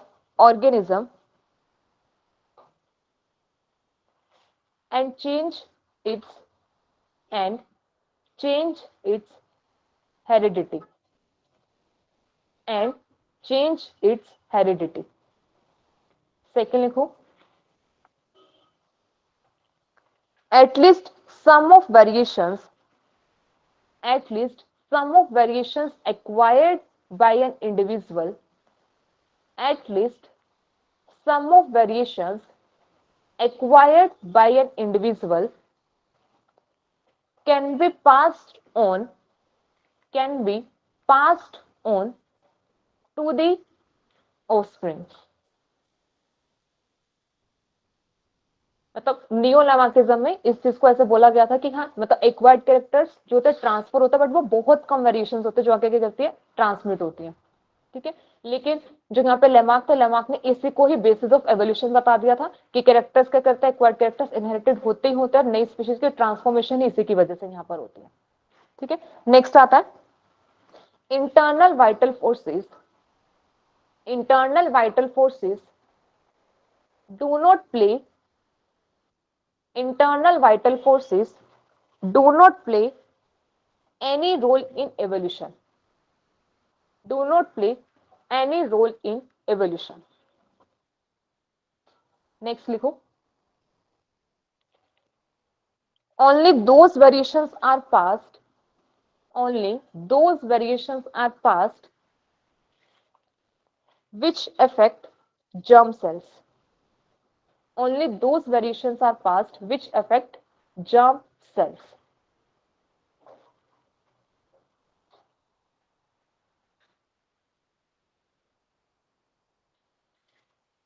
ठीक है, अब देखो, अब लेमार्क ने यहाँ पे 5 पोस्टुलेट दिए थे। पहला वहां पे क्या था, इंटरनल वाइटल फोर्स। तो यहाँ पे हम क्या बोल सकते हैं कि कोई भी इंटरनल वाइटल फोर्स नहीं होती जो क्या करते हैं वहां पे इवोल्यूशन में रोल प्ले करती है। सेकंड उन्होंने क्या बोला कि बॉडी साइज क्या करता है, इंक्रीज करता है। तो यहाँ पे भी क्या होता है, बहुत सारे ऐसे एग्जाम्पल है कि यहाँ पे बॉडी साइज क्या करता है, रिड्यूस वहां पे करता है। थर्ड उन्होंने जो लेमार्क ने पोस्टुलेट दिया था कि फ्लक्चुएशंस होते हैं एनवायरमेंट में, न्यू नीड्स होते हैं, न्यू नीड्स वहां पे क्या करते हैं, न्यू ऑर्गन की फॉर्मेशन करता है। अब यहाँ पे क्या होगा, फ्लक्चुएशन एनवायरमेंट में होती है लेकिन नीड्स की वजह से नए ऑर्गन्स की फॉर्मेशन नहीं होती है। ठीक है, फिर उन्होंने क्या बोला, यूज एंड डिसयूज। ये वाला मतलब कुछ हद तक सही हो सकता है कि ऐसा देखने को मिला कि यूज अगर कॉन्टिन्यूसली यूज होता रहेगा किसी भी ऑर्गन का तो यहाँ पे मॉडिफिकेशन होगी। ठीक है, इवोल्यूशन होगा। अगर नहीं होता तो वो डिसअपियर वहां पर हो जाती है। नेक्स्ट वहां पे क्या था, इनहेरिटेंस ऑफ एक्वायर्ड कैरेक्टर। अब उन्होंने ये चीज तो बता दिया कि एक्वायर्ड कैरेक्टर इनहेरिटेड होता है, मतलब उन्होंने एक कंसेप्ट यहाँ पे ऐसा दे दिया कि मतलब कैरेक्टर्स का इनहेरिटेंस होता है। ठीक है, कैरेक्टर्स इनहेरिटेड होता है। अब उन्होंने कैरेक्टर्स कैसे कि वो जर्म सेल्स वाले होंगे या फिर सोमैटिक सेल्स होंगे वो ये नहीं बता पाए थे। दूसरा, इसका कोई भी उन्होंने साइंटिफिक एविडेंस नहीं दिया था कि अगर ऐसा हो रहा है कि कैरेक्टर्स ट्रांसफर हो रहा है तो कैसे ट्रांसफर हो रहा है। इसका साइंटिफिक एविडेंस यहाँ पे कि क्या चीज बेसिकली ट्रांसफर होता है कि जो ऑफस्प्रिंग में भी वहां पे कैरेक्टर्स वहां पे देखने को मिलता है। तो उन्होंने एक बेसिक सिंपल से स्टेटमेंट वहां पे दे दी थी। वो सिंपल से स्टेटमेंट कुछ हद तक सही भी थी, कुछ हद तक वहां पे गलत भी थी कि मतलब उन्होंने एक तो प्रॉपर साइंटिफिक एविडेंस वहां पे नहीं दिया कि वहां पे क्या होता है, और दूसरा एक्वायर्ड कैरेक्टर में भी ये नहीं वहां पे बताया कि जर्म सेल्स वाले कैरेक्टर्स होता है या फिर सोमैटिक सेल्स वाले कैरेक्टर्स वहां पे ट्रांसफर होंगे।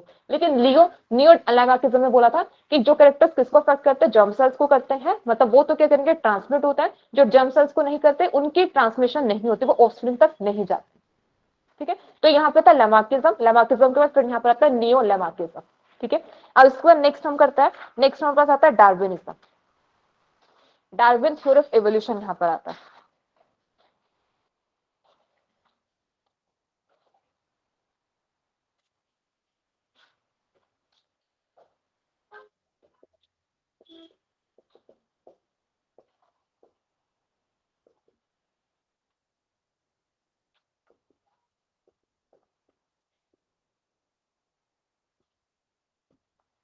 नेक्स्ट अब करता है Darwinism.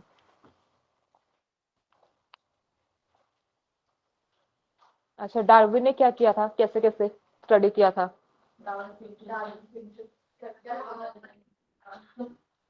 Darwin finches Galapagos island. ठीक है,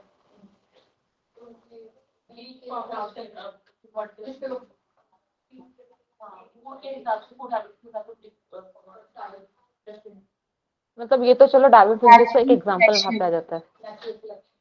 नेचुरल सिलेक्शन, ठीक है, natural selection, survival of fittest.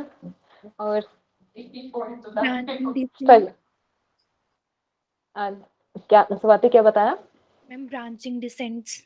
Branching descent, branching descent होता है, स्ट्रगल फॉर एग्जिस्टेंस, ये सब होता है। हाँ चलो देखो, अब यहाँ पे क्या था, जो डार्विन थे ना, डार्विन जो क्या थे बेसिकली कैसे थे वो ना, अपने HMS बीगल पर क्या करे थे, पूरी बेसिकली बोल सकते हैं कि समुद्री यात्रा पर वो निकले थे। जैसे तो वहां पे अलग अलग आइलैंड पे गए, मतलब वहां पे south America, south Africa, Australia, फिर गैलापागोस आइलैंड, ये सब वो कवर कर रहे थे। तो जब जैसे वो गैलापागोस आइलैंड पर पहुंचे, सबसे ज्यादा जो अट्रैक्ट किया था उन्होंने क्या किया, गैलापागोस आइलैंड ने सबसे ज्यादा अट्रैक्ट किया। उसका रीजन वहां पे क्या था, डार्विन ने जो गैलापागोस आइलैंड को ना एक natural lab of living organism बोला, क्योंकि गैलापागोस आइलैंड पे इतनी डाइवर्सिटी प्रेजेंट थी, इतना ज्यादा मतलब वैरायटी ऑफ ऑर्गेनिज्म प्रेजेंट है, जिसको देख के वो सरप्राइज हुए थे। उन्होंने बोला कि जो गैलापागोस आइलैंड है उसको क्या नाम दे रहे कि नेचुरल लैब है, मतलब natural lab of living organism, मतलब यहाँ पे वैरायटी ऑफ ऑर्गेनिज्म यहाँ पे देखने को मिलता है। और वहीं पर सबसे ज्यादा जो अट्रैक्ट किया था वो क्या था, मतलब बर्ड्स की स्पीशीज थी, उसी को फिर बाद में क्या नाम दिया गया था, डार्विन फिंचेस वहां पे नाम दिया। ठीक है, अभी जो गैलापागोस आइलैंड है ना, ये बेसिकली हमारे पास कोई सिंगल आइलैंड नहीं है, ये कॉम्बिनेशन ऑफ आइलैंड है। ठीक है, जो गैलापागोस आइलैंड है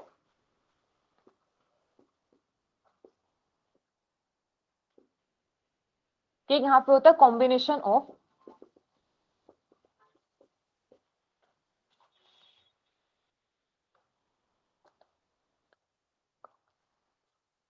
22 आइलैंड, मतलब ये जो गैलापागोस आइलैंड है ये ग्रुप ऑफ 22 आइलैंड है। ठीक है, 22 आइलैंड का यहाँ पे ग्रुप होता है, और इस 22 आइलैंड में कुछ मेजर आइलैंड्स होते हैं, कुछ माइनर आइलैंड्स वहां पर रहते हैं। ठीक है, अब देखो इन्होंने यहाँ पे क्या देखा था, यहाँ पे इन्होंने इसको बाद में डार्विन फिंचेस बोला गया, मतलब वहां पर उन्होंने बर्ड्स की स्पीशीज वहां पे देखी थी। अब ये जो बर्ड थी ना, ये बेसिकली क्या थी, यहाँ पर एक मेनलैंड थी, मेनलैंड से ये माइग्रेट करके कहां पर गई थी, गैलापागोस आइलैंड पे गई थी। ठीक है, गैलापागोस आइलैंड ग्रुप ऑफ, यहाँ पे क्या ग्रुप ऑफ 22 आइलैंड्स का, वहां पे कुछ मेजर और माइनर आइलैंड से, तो वहां पर क्या था, मतलब यहाँ पर वो फिंचेस थी, मेनलैंड से वो क्या गई थी, यहाँ पे माइग्रेट करके वहां पर गई थी। अब ये जो मेनलैंड थी ना, मेनलैंड पे तो यहाँ पर क्या थे, यहाँ पर थे सीड ईटिंग बर्ड्स थी, सीड ईटिंग फिंचेस यहाँ पे थी जो मेन थी, या फिर उनको हम क्या बोल सकते हैं, ये एंसेस्ट्रल पॉपुलेशन यहाँ पे थी। जो एंसेस्टर थे वो कैसे थे, सीड ईटिंग थे, सीड ईटिंग बर्ड यहाँ पे थी। ठीक है, अच्छा मेनलैंड यहाँ पे क्या थी, मेनलैंड यहाँ पे थे साउथ अमेरिका। ठीक है, एंसेस्ट्रल पॉपुलेशन यहाँ पे कैसे थे, सीड ईटिंग यहाँ पे थी, ओरिजिनल सीड ईटिंग से फिर यहाँ पे क्या किया, ये माइग्रेट करके कहाँ पे गई, अलग अलग हैबिटेट में गई, अलग अलग हैबिटेट में वहां पे क्या, उनके फूड रिसोर्सेज वहां पे चेंज हुए, फूड रिसोर्सेज चेंज होने से उनका यहाँ पे क्या हुआ, बीक साइज में वहां पे क्या हुआ, चेंज वहां पर देखने को मिला। ठीक है, बीक साइज वहां पे क्या हुआ, चेंज। देखो सिंपल क्या किया उन्होंने, ये चीज ऑब्जर्व किया कि मतलब वहां पे जो फिंचेस थे, वहां पे जो बर्ड्स थी, उनमें जो बेसिक जो डिफरेंस देखने को मिल रहा है ना, उनकी बीक में डिफरेंस देखने को मिल रहा है, बीक में वहां पे उनके साइज में डिफरेंस हो सकता है, और बीक के यहाँ पे क्या था, शेप में डिफरेंस देखने को मिला। ठीक है, मतलब उन्होंने फिर वहां पे उसको कंटिन्यूसली मतलब ऑब्जर्व किया कि वहां पे कुछ बर्ड की स्पीशीज है जिनकी उनके साइज, बिग साइज और बिग शेप में वहां पे क्या देखने को मिल रहा है, कुछ चेंजेस वहां पे देखने को मिल रहा है। ऑब्जर्व करने के बाद फिर वहां पे क्या पता लगा कि एक मेनलैंड थी, मेनलैंड कैसे, साउथ अमेरिका, जहां पे क्या थी, ओरिजिनल सीड ईटिंग बर्ड्स वहां पे थी। अब यहाँ पे क्या हुआ, कंपटीशन वहां पर हुआ, यहाँ पे लिमिटेड रिसोर्सेज वहां पर हुए, इसलिए वो स्पीशीज क्या की, वो जो बर्ड्स वो क्या माइग्रेट करी, माइग्रेट करके कहां पर आई, गैलापागोस आइलैंड पर आई। गैलापागोस आइलैंड पे अब वहां पे क्या, उनके फूड हैबिट वहां पे चेंज हो गई, फूड हैबिट चेंज होने की वजह से वहां पे उनके बीक में एवोल्यूशन वहां पर हुआ, बीक में एवोल्यूशन कैसे, उनकी साइज और शेप वहां पे चेंज हुआ। अब इसी चीज को उन्होंने यहाँ पे क्या बोला था, इसी चीज को उन्होंने यहाँ पे बोला एडप्टिव रेडिएशन। ठीक है, इसी चीज को क्या नाम दिया उन्होंने, एडप्टिव रेडिएशन। एडप्टिव रेडिएशन का सिंपल मतलब क्या होता है कि जब एक जगह से जो पॉपुलेशन है, एक जगह से जो स्पीशीज है, वो क्या करके रेडिएट करते डिफरेंट डायरेक्शंस में रेडिएट की। जैसे यहाँ पे क्या था, ओरिजिनल यहाँ पे सीड ईटिंग बर्ड्स थी, वो क्या करके डिफरेंट डायरेक्शंस में क्या कि रेडिएट करने के बाद वहां पे उन्होंने उसी के अकॉर्डिंग अपने अंदर एडेप्टेशंस की, अपने अंदर चेंजेस के, वैसे वहां पे मॉडिफिकेशन वहां पर हो गए। जैसे यहाँ पे क्या था, ओरिजिनल सीड ईटिंग बर्ड्स थी, अब उनमें क्या वहां पे क्या कि रेडिएशन यहाँ पर हुई, मतलब रेडिएट यहाँ पे डाइवर्जेंस वहां पर हुआ, अलग अलग लोकेशन पे जाने के बाद वहां पे जैसे उनका फूड वहां पे मिला, जैसे कुछ यहाँ पे क्या हुआ, इंसेक्टिवोरस वहां पर होगी। ठीक है, इंसेक्टिवोरस से कुछ यहाँ पे कैसे थे, फ्रूट ईटिंग बर्ड्स यहाँ पर थी। ठीक है, कुछ फ्रूट ईटिंग बर्ड्स और कुछ यहाँ पे कैसे हुए, सीड ईटिंग ही रही, मतलब ओरिजिनल जैसे थे वैसे की वैसे ही रही। ठीक है, तो अलग अलग वहां पे क्या देखने को मिला, वेरिएशन वहां पे देखने को मिले। ठीक है, अलग अलग वेरिएशन देखने को मिली, और वहां पे कैसे, क्योंकि वो अलग अलग जगह पे वहां पर गई, और वहीं के अकॉर्डिंग उनमें एडेप्टेशन वहां पर, चेंजेस वहां पर आए, और उसी के अकॉर्डिंग वहां पे उनके बिग साइज और शेप वहां पे क्या करे, चेंज किया। इसी को नाम क्या देता है, एडेप्टिव रेडिएशन। तो सिंपल एक फिनोमेना एडेप्टिव रेडिएशन का क्या होगा, जो डार्विन ने दिया था कि एक जगह से अगर स्पीशीज डिफरेंट डायरेक्शंस में रेडिएट करते, वही के अकॉर्डिंग अपने को अडेप्ट करते, वही के अकॉर्डिंग उनमें क्या था, मॉडिफिकेशंस देखने को मिलती है। ठीक है, इस चीज को एडेप्टिव रेडिएशन यहाँ पे बोलते हैं। तो फर्स्ट जो कंसेप्ट यहाँ पे डार्विन ने दिया था, वो दिया था उन्होंने एडेप्टिव रेडिएशन का यहाँ पे दिया था, जिसमें एग्जाम्पल क्या देता है, डार्विन फिंचेस का यहाँ पर आता है। ठीक है, लिख लो। finches originally belong to finches originally belong to same ancestral population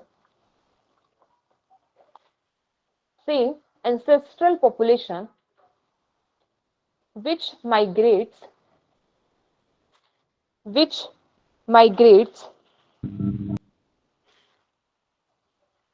Harman क्या कह रहे हो, रिपीट कर दो। finches originally belong to same ancestral population which migrates many years ago from South America to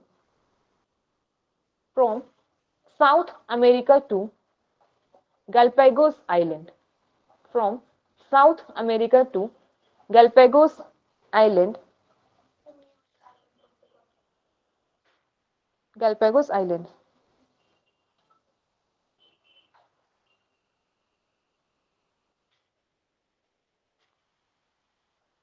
Next लिखो।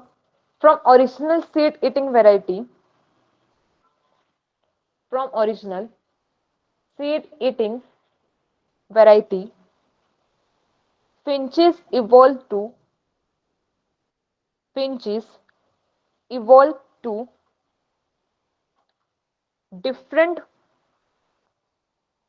different form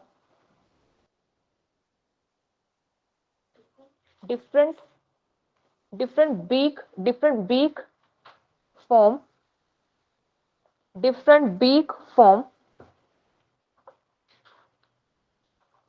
to vegetarian tree finches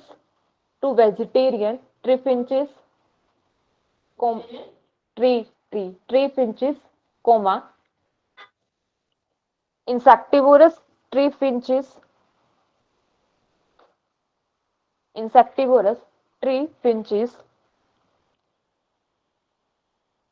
comma seed eating finches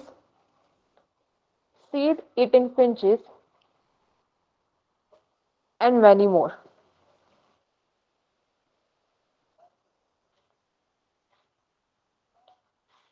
In islands, finches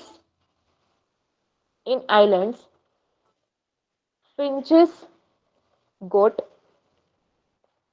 abundant food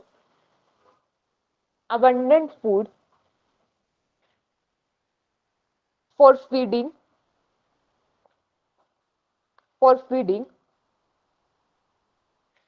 space and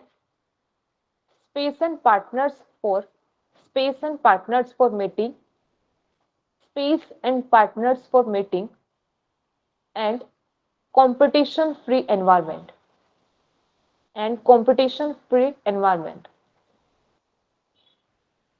It is an example of adaptive radiation.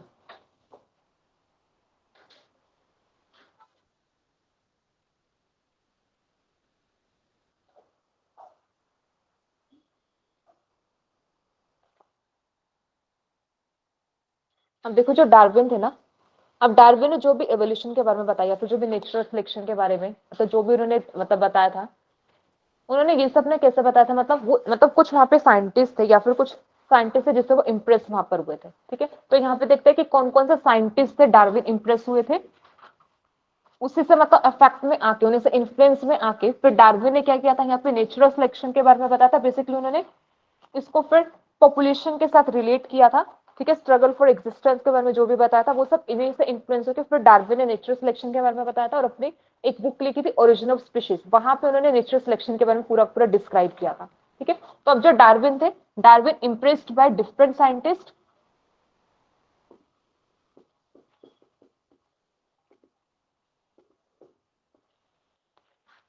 First यहाँ पर आता है। अब first यहाँ पे Darwin ने यहाँ पे क्या की थी, एक बुक रीड की थी, बुक थी यहाँ पे principle of geology.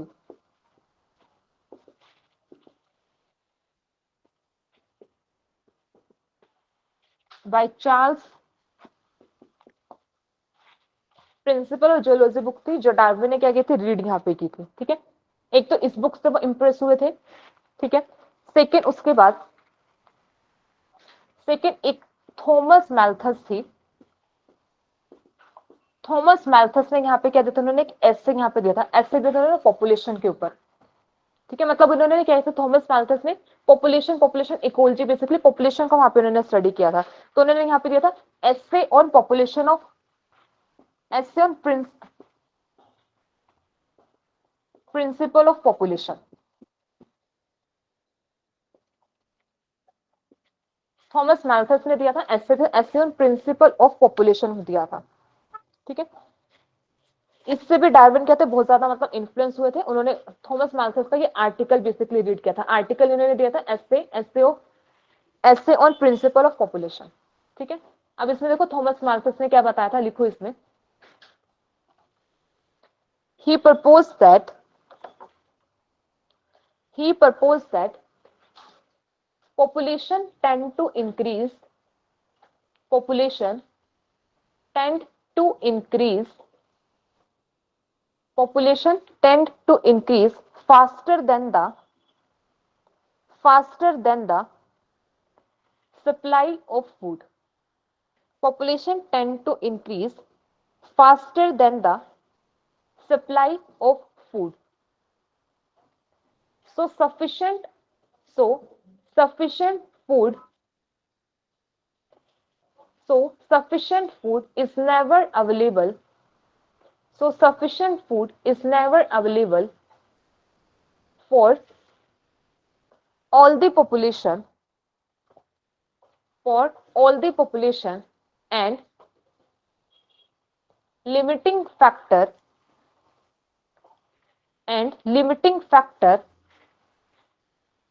will bring that population size down will bring that population size down. ठीक है, तो सिंपल बोला कि पॉपुलेशन बहुत फास्ट से ग्रो करती है। ठीक है, मतलब इतना फूड सप्लाई वहां पे अवेलेबल नहीं है, तो इसलिए अब ये फूड सप्लाई ही क्या बनते, लिमिटिंग फैक्टर वहां पे बनेगी, क्या करने के लिए, पॉपुलेशन साइज को कंट्रोल करने के लिए। ये चीज इसी चीज से ही मतलब यही से फिर आइडिया आया था डार्विन को, किसका, नेचुरल सिलेक्शन का। क्योंकि नेचुरल सिलेक्शन में भी हम क्या पढ़ते हैं, वहां पर भी क्या होता है, स्ट्रगल फॉर एग्जिस्टेंस होता है ना, कि नेचर में वहां पे क्या रिसोर्सेज लिमिटेड अमाउंट में प्रेजेंट है, तो जो बेटर होगा वो क्या करेगा, वहां पे जो मतलब बेटर जो एडेप्टेड होगा, जो क्या कर वो सर्वाइव कर जाएगा, और जो दूसरे वाला को वहां से क्या करेगा, एलिमिनेट करेगा। तो सिंपल थॉमस मैल्थस ने भी क्या बोला था कि पॉपुलेशन कैसे ग्रो कर रही है, बहुत फास्टली ग्रो कर रही है, तो उनको वहां पे फूड सफिशिएंट अमाउंट में नहीं मिलेगा, तो फूड एक लिमिटिंग फैक्टर बनेगा, क्या करने का, पॉपुलेशन साइज को कंट्रोल करने का।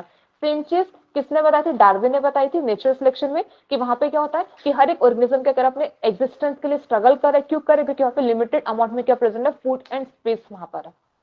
ठीक है, इसी चीज को फिर उन्होंने नेचुरल सिलेक्शन को मतलब थ्योरी देने में उन्होंने क्या किया था, वहां पे यूज किया था।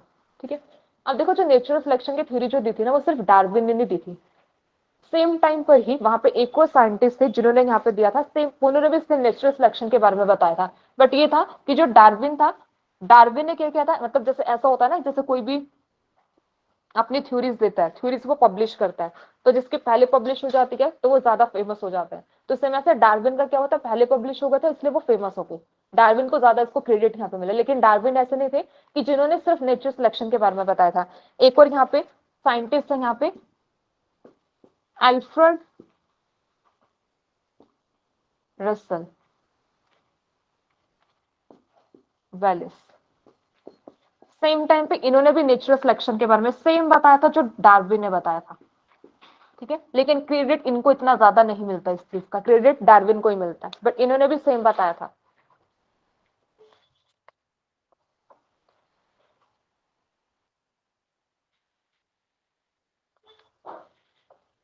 फिर डार्विन जो थे, डार्विन ने अपनी थ्योरी ऑफ नेचुरल सिलेक्शन दी थी, थ्योरी ऑफ नेचुरल सिलेक्शन दी थी उन्होंने, बुक थी उनकी origin of species, in his book origin of species.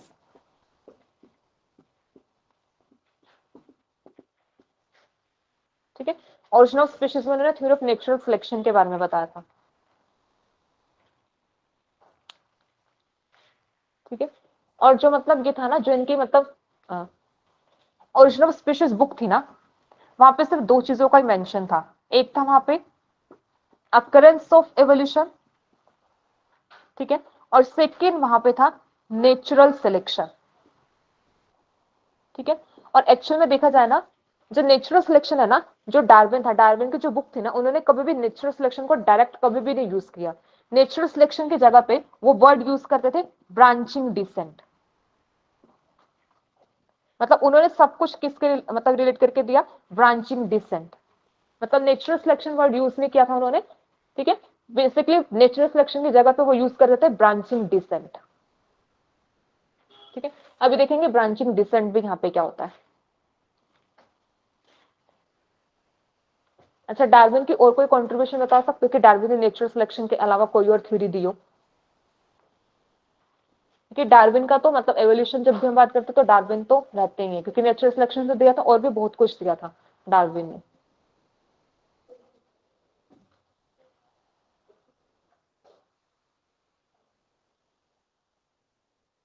Theory of sexual selection. Survival of fittest भी तो नेचुरल सिलेक्शन में आता है। इंडस्ट्रियल मैलेनिज्म, वो तो लाइफ इसी का ही तो आता है, नेचुरल सिलेक्शन का एक एग्जांपल है इंडस्ट्रियल मैलेनिज्म। एक थ्योरी यहाँ पे देखिए, अभी साक्षी ने आंसर दिया, theory of sexual selection. Darwin ने थ्योरी ऑफ सेक्सुअल सिलेक्शन में बताया था। थ्योरी ऑफ सेक्सुअल सिलेक्शन का सिंपल मतलब होता है कि जो फीमेल होते हैं, फीमेल के पास चॉइस होती है क्या करने की, अपने मेल पार्टनर्स को चूज करने की, ठीक है। फीमेल के करते अपने मेल पार्टनर्स को चूज करते हैं, फीमेल चूजी होती है। सेक्सुअल सिलेक्शन थ्योरी के अकॉर्डिंग सिंपल था, फीमेल ऑलवेज चूजी होती है, ठीक है। सेक्सुअल सिलेक्शन में डिटेल में करेंगे। तो यहाँ पे अदर जो थ्योरी थी ना, एक तो यहाँ पे कहते हैं थ्योरी ऑफ सेक्सुअल सिलेक्शन आ जाता है, ऐसे थ्योरी ऑफ आर्टिफिशियल सिलेक्शन आता है जो डार्विन ने दी थी। अच्छा, एक थ्योरी ऑफ पैनजेनेसिस भी आता है। पैनजेनेसिस का नाम सुना है? डार्विन ने सिंपल ऐसा बोला था कि कुछ जेम्यूल्स होते हैं हमारी बॉडी में, जेम्यूल्स ही एक नए मतलब उसको बनाता है, नई जो ऑर्गेनिज्म बनता है, फिर नया जो बेबी बनता है, वो जेम्यूल्स बेसिकली रिस्पॉन्सिबल होते हैं। हाँ, रिजेक्ट हो गए थे, बट ये था कि डार्विन ने एक्चुअल में वो बताई थी पैनजेनेसिस थ्योरी जो थी। Pangenesis, artificial selection and sexual selection, ये 3 अदर थ्योरीज थी जो डार्विन ने दी थी, ठीक है। अब हम यहाँ पे डिटेल में करते हैं, डिटेल में थ्योरी ऑफ नेचुरल सिलेक्शन, ठीक है। अब हम पढ़ते हैं यहाँ पे थ्योरी ऑफ नेचुरल सिलेक्शन। अभी तक तो बेसिक था कि डार्विन ने किया क्या क्या, कैसे कैसे मतलब इन्फ्लुएंस हुआ और क्या उसने दिया, ठीक है। नेक्स्ट अब आता है theory of natural selection.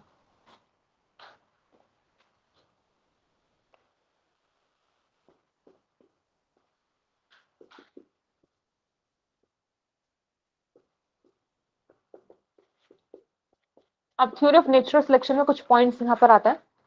First point यहाँ पर होता है over production.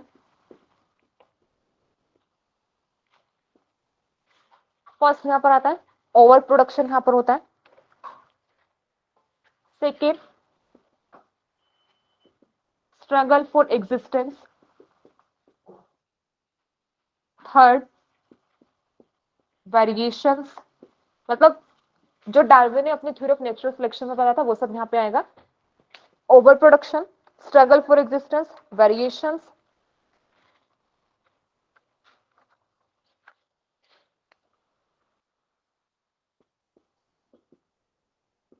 Survival of fittest, ठीक है। Survival of fittest, inheritance of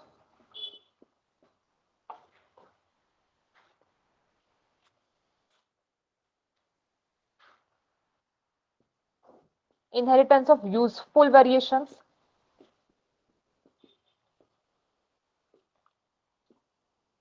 inheritance of useful variations. And next यहाँ पर आता है origin and formation of new species.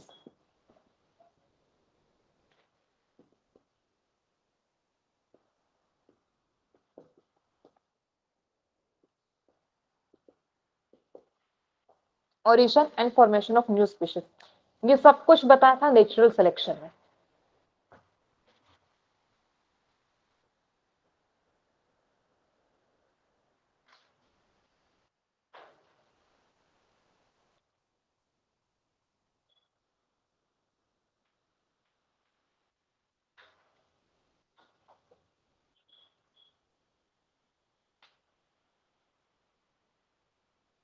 चलो इसको रिलेट कैसे करोगे, बताओ नेचुरल सिलेक्शन में कैसे ये सब अप्लाई होता है।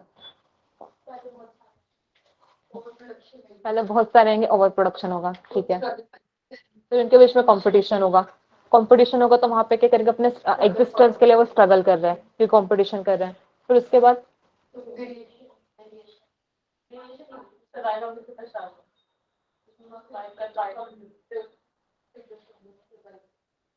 अच्छा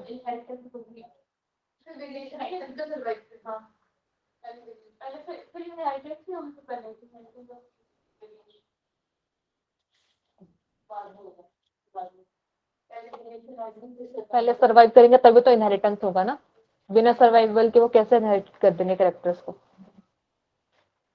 देखो सिंपल इसको कैसे समझते हैं, सिंपल यहाँ पे क्या हो रहा है हमारे पास, पहले यहाँ पे ज्योमेट्रिक इंक्रीज हो रहा है, मतलब पहले क्या था, अबंडेंट अमाउंट में रिसोर्सेज वहाँ पे प्रेजेंट है, पॉपुलेशन क्या करते जा रही है, ग्रो वहाँ पे करते जा रही है, ठीक है, ओवर प्रोडक्शन वहाँ पे, ज्योमेट्रिक ग्रोथ वहाँ पर हो रही है। फिर उसके बाद क्या हुआ कि वहाँ पे क्या हुआ, फूड रिसोर्सेज वहाँ पे लिमिटेड हो गए, लिमिटेड वहाँ पर हुए, तो वहाँ पे क्या किया, ऑर्गेनिज्म के बीच में कॉम्पिटिशन, फिर वो क्या कर रहा है, अपने एग्जिस्टेंस के लिए स्ट्रगल वहाँ पे करता है, स्ट्रगल वहाँ पर होगा। अब देखो अब क्या होता है, जो नेचर होती है, नेचर किसको सेलेक्ट करती है, बेटर फिनोटाइप को सेलेक्ट करते हैं, या फिर हम क्या बोल सकते हैं कि जो बेटर वेरिएशंस वहाँ पर होती हैं। एक इंपॉर्टेंट चीज जो डार्विन ने बोली थी, डार्विन ने बोला कि जो वेरिएशंस है, वेरिएशंस ऑलरेडी नेचर में प्रेजेंट है, ठीक है। जो लेमार्क थे ना, लेमार्क क्या बोल रहे थे कि न्यू नीड्स की वजह से कुछ नए कैरेक्टर्स वहां पर आते हैं, वहां पे न्यू वैरायटी की फॉर्मेशन होता है, न्यू ऑर्गन्स की फॉर्मेशन, नए कैरेक्टर्स वहां पर बनते हैं। लेकिन जो डार्विन थे, डार्विन ने क्या बोला कि वेरिएशंस नेचर में ऑलरेडी एग्जिस्ट करती है, वेरिएशंस बनती नहीं है, वेरिएशन ऑलरेडी नेचर में प्रेजेंट है। सिर्फ नेचर क्या करती है, जो बेटर वेरिएशन होता है या फिर ऐसे वेरिएशन जो क्या करते हैं उस कंडीशन में सुटेबल होती है, ठीक है, वो हेल्प करती है उनको क्या करने में, बेटर सर्वाइवल में। नेचर सिर्फ उन्हीं वेरिएशन की सिलेक्शन वहां पे करती है, ठीक है, नेचर सिर्फ वेरिएशन की सिलेक्शन करती है, या फिर जो एनवायरमेंट में जो भी चेंजेस हो रहे हैं, या फिर जो नेचुरल सिलेक्शन है, वो न्यू वेरिएशन की फॉर्मेशन में रिस्पॉन्सिबल नहीं होता। न्यू वेरिएशन वो सिर्फ क्या करता है, एग्जिस्टिंग वेरिएशन की सिलेक्शन वहां पर होती है, कि वेरिएशन ऑलरेडी नेचर में प्रेजेंट है, ठीक है। तो अब एक्सिस्टेंस के लिए वहां पे क्या हो रहा है, स्ट्रगल हो रहा है, स्ट्रगल में वहां पे उनमें क्या देखने को मिल रहा है, वेरिएशन भी वहां पे देखने को मिल रहा है। अब ऐसे वेरिएशन जिनके ऊपर कौन एक्ट कर रहा है, नेचुरल सिलेक्शन आके एक्ट कर रहा है, तो वेरिएशंस के ऊपर क्या लगेगा, नेचुरल सिलेक्शन, नेचुरल सिलेक्शन होगा तो उसके बाद क्या होगा, वहां पे सर्वाइवल ऑफ फिटेस्ट होगा, मतलब जो बेटर वेरिएशन वहां पर होगी उसका क्या हो जाएगा, वहां पे सर्वाइवल वहां पर होगा, बेटर वेरिएशन का सर्वाइवल होगा, फिर वो वेरिएशन के क्या होगी, वहां पे इनहेरिटेंस वहां पर होगी। अब वो इनहेरिटेड होती रहेगी, मतलब एक्यूमुलेशन वहां पर होता रह रहा है, तो उसके बाद फिर वहां पे किसकी फॉर्मेशन हो रही है, न्यू स्पीशीज की फॉर्मेशन वहां पर होती है, ठीक है। ये पूरी की पूरी थ्योरी यहाँ पे नेचुरल सिलेक्शन की, सिंपल क्या कि पहले वहां पे इंक्रीज करिए पॉपुलेशन, ओवर प्रोडक्शन वहां पर हो रहा है, फिर कंपटीशन वहां पर आ रहा है, कंपटीशन में फिर वेरिएशंस ऑलरेडी प्रेजेंट है, उन वेरिएशंस के नेचुरल सिलेक्शन वहां पर हो रही है, सर्वाइवल ऑफ फिटेस्ट वहां पर आ रहा है, फिर उसके बाद जो वेरिएशंस वहां पे सिलेक्ट हो चुके हैं, जो ऑर्गेनिज्म वहां पे सर्वाइव किया, अब वो क्या कर अपनी वेरिएशन को इनहेरिट वहां पे कर रहे हैं, इनहेरिटेंस वहां पर हो रहा है, और सिंपल से वहां पे क्या बन रहा है, न्यू स्पीशीज की फॉर्मेशन वहां पर हो रही है, ठीक है। इसको देखो, इसी चीज को ना सिंपल एक एग्जांपल से भी समझ सकते हैं, बहुत सिंपल सा एग्जांपल यहाँ पे आता है। नॉर्मली हम क्या करते हैं, वो सब हम लैब में परफॉर्म भी करते हैं, ठीक है। लैब में परफॉर्म देखो क्या किया, हमने क्या किया, एक यहाँ पे हमने एक बैक्टीरिया को यहाँ पे ग्रो करवाया, बैक्टीरिया को हम यहाँ पे ग्रो करवा रहे हैं, ठीक है। हमने क्या किया, हमने यहाँ पे एंटीबायोटिक डाल दिया, सपोज यहाँ पे एंटीबायोटिक हमने क्या डाली, एम्पिसिलिन एंटीबायोटिक यहाँ पे ऐड की, ठीक है। एम्पिसिलिन एंटीबायोटिक हमने क्या कर दिया, यहाँ पे मीडियम में ऐड किया। अब सिर्फ यहाँ पे क्या होगी, वो वाली पॉपुलेशन सर्वाइव कर पाएगी जो क्या होगी, यहाँ पे एम्पिसिलिन रेजिस्टेंट होगी, सेंसिटिव वाली क्या कर जाएगी, वहाँ पे डाई हो जाएगी। तो हमें क्या देखने को मिल रहा है कि जो मीडियम में हमने क्या किया, एम्पिसिलिन वहाँ पे ट्रांसफर किया, तो वहां पे क्या होगा, अब इस मीडियम में सिर्फ हमें कुछ ही इंडिविजुअल यहाँ पे देखने को मिल रहा है, और वो इंडिविजुअल यहाँ पे कौन से हैं, एम्पिसिलिन रेजिस्टेंट यहाँ पे प्रेजेंट हो गए, सेंसिटिव वाले यहाँ पे क्या होंगे, किल हो गए।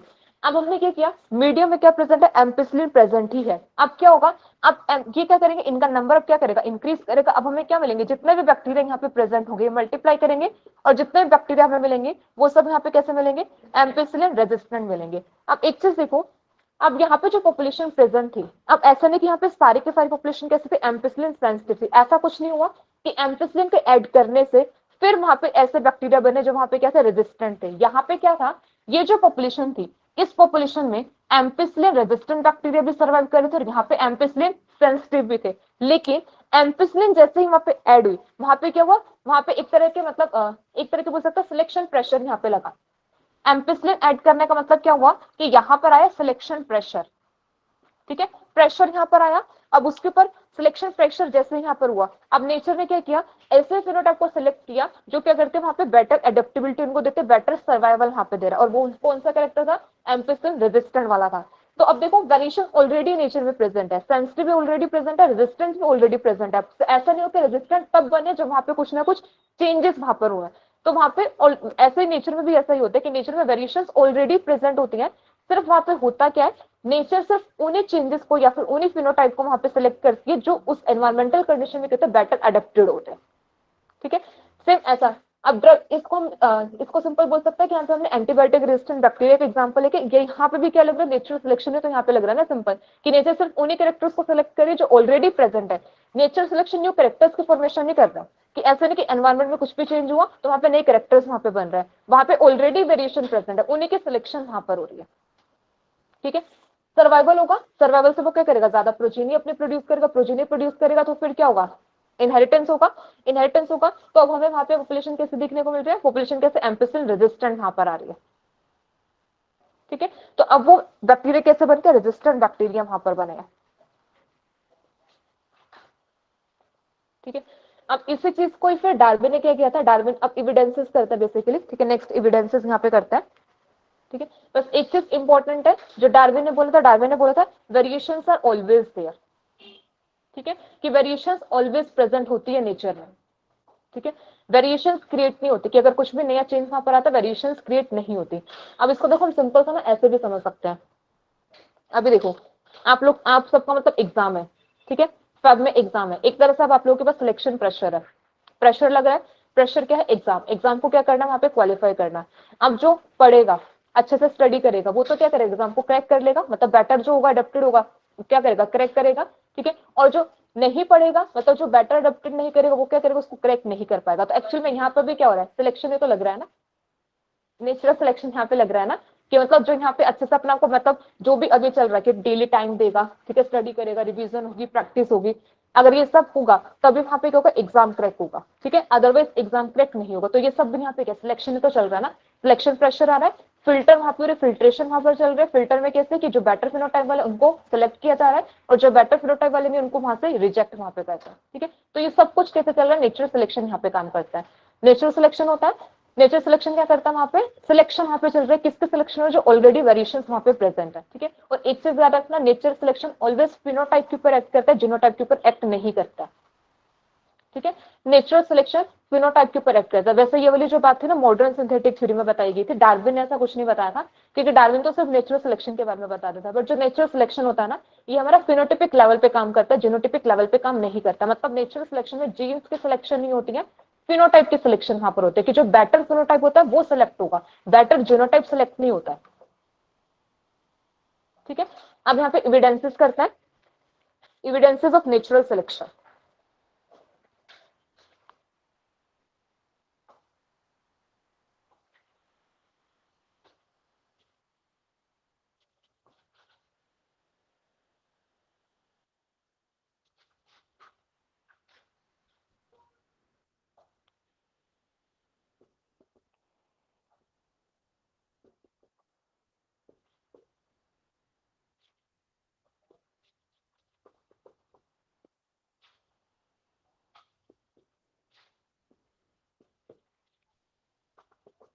वैसे चांसेस है कि आप लोगों को एग्जाम मार्च में चला जाए, मतलब मार्च में होने के चांसेस है एग्जाम के ना, क्योंकि अब तक दिसंबर हो चुका है, मिड अभी तक कोई भी फॉर्म्स वगैरह कुछ नहीं आने, क्योंकि फॉर्म्स के बाद भी एटलीस्ट 2 मंथ का टाइम तो मिलता ही है। तो फॉर्म्स आएंगे तो मतलब जैन फेब, अगर अभी भी फॉर्म निकलते तो जैन फेब का तो टाइम मिलेगा ही मिलेगा। तो हो सकता है कि मार्च स्टार्ट, अगर अभी नोटिफिकेशन निकालता तब भी मार्च स्टार्टिंग में या फिर मार्च मिड में पॉसिबल है, अगर अभी भी डिले करता तो फिर मार्च एंडिंग में जाएगा।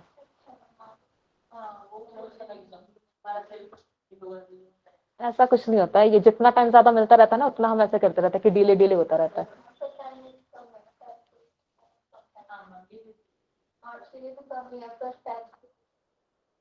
पर टाइम तो ना ऐसा होता है कि अगर जून में एग्जाम हो जाए ना तब भी ऐसा लगेगा कि टाइम कम है, टाइम तो हमेशा ही कम लगता है। अब जैसे नॉर्मल भी एग्जाम की तैयारी करते हो तो क्या होता है कि जो लास्ट का जो एक दिन होता है ना या 2 दिन होता है तैयारी तो उसी में ही होती है, पहले के दिनों में तो कोई तैयारी नहीं होती है। तो अभी यही है, एग्जाम जितना डिले जाता जाएगा ना तो लास्ट के दिन का टाइम उतना डिले जाता जाएगा, क्योंकि पढ़ना तो तभी है लास्ट में पढ़ना, स्टार्टिंग में तो किसी ने नहीं पढ़ना होता।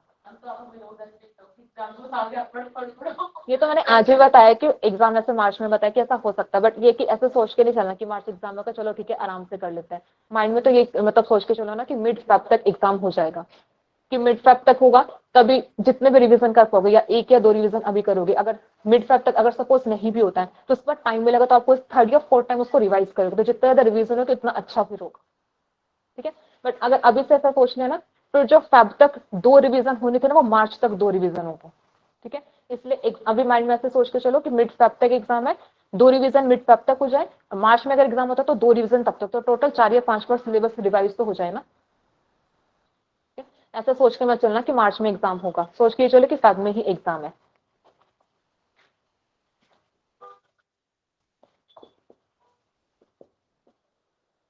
चलो नेक्स्ट अब यहाँ पे एग्जाम्पल करते हैं जिराफ नेक। अब जिराफ नेक को सिंपल देखो, डार्विन ने कैसे एक्सप्लेन किया। डार्विन ने बोला कि तब नेचर में क्या थी, वहां पे शॉर्ट नेक जिराफ भी थे एंड वहां पे लॉन्ग नेक जिराफ भी एग्जिस्ट करते थे। ठीक है, दोनों ही जिराफ थे।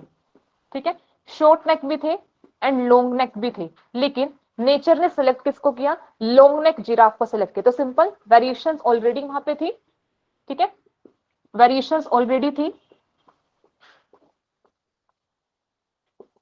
डार्विन ने बोला था कि वेरिएशन ऑलवेज प्रेजेंट होती है, वेरिएशन थी, बट यहाँ पे क्या हुआ कि जो शॉर्ट नेक जिराफ थी इनके लिए यहाँ पे क्या हुआ, फूड डिप्लीट हो गया,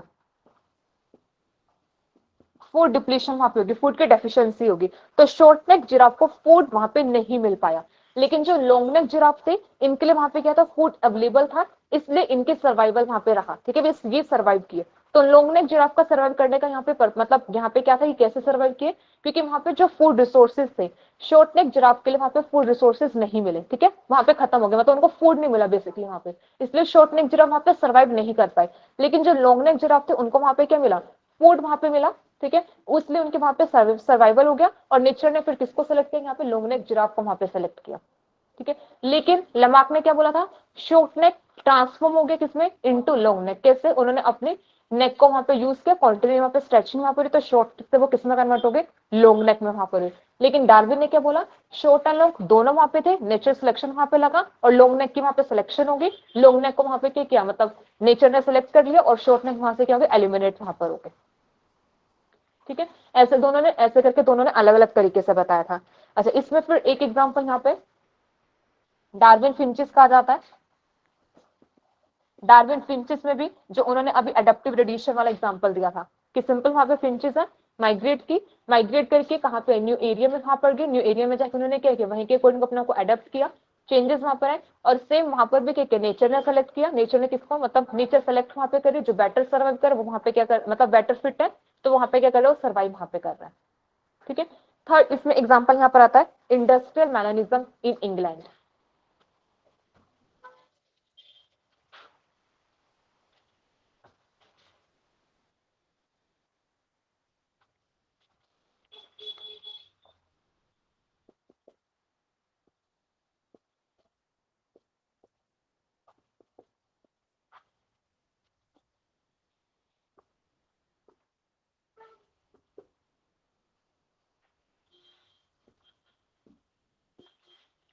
थर्ड वहां पर आता है इंडस्ट्रियल मैननिज्म इन इंग्लैंड। अच्छा, ये तो सबको पता होगा, क्या था इसमें,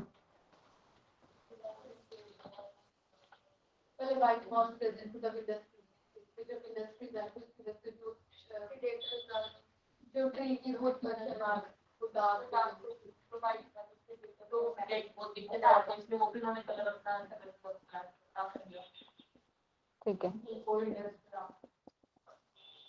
पहले यहाँ पे क्या हो, बिफोर इंडस्ट्रियलाइजेशन। ठीक है, बिफोर इंडस्ट्रियलाइजेशन, साक्षी कुछ कह रहे हो, बिफोर इंडस्ट्रियलाइजेशन यहाँ पे नंबर ज्यादा किसका था, किसका, white colour moth.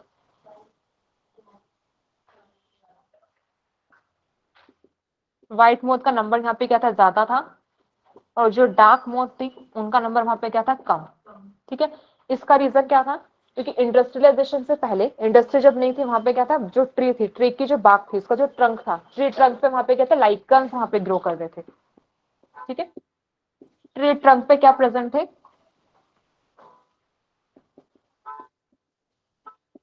Lichens present है ट्री ट्रंक पे, ठीक है। और ये लाइकन्स ने, अब जो व्हाइट कलर की जो मोथ थी, इन्होंने क्या किया, मतलब अपने आप को लाइकन्स में क्या किया, हाइड वहां पे कर दिया। तो प्रेडेटर क्या कर पा रहा था, प्रेडेटर इजिली से व्हाइट मोथ को रिकॉग्नाइज नहीं कर पा रहा था, ठीक है।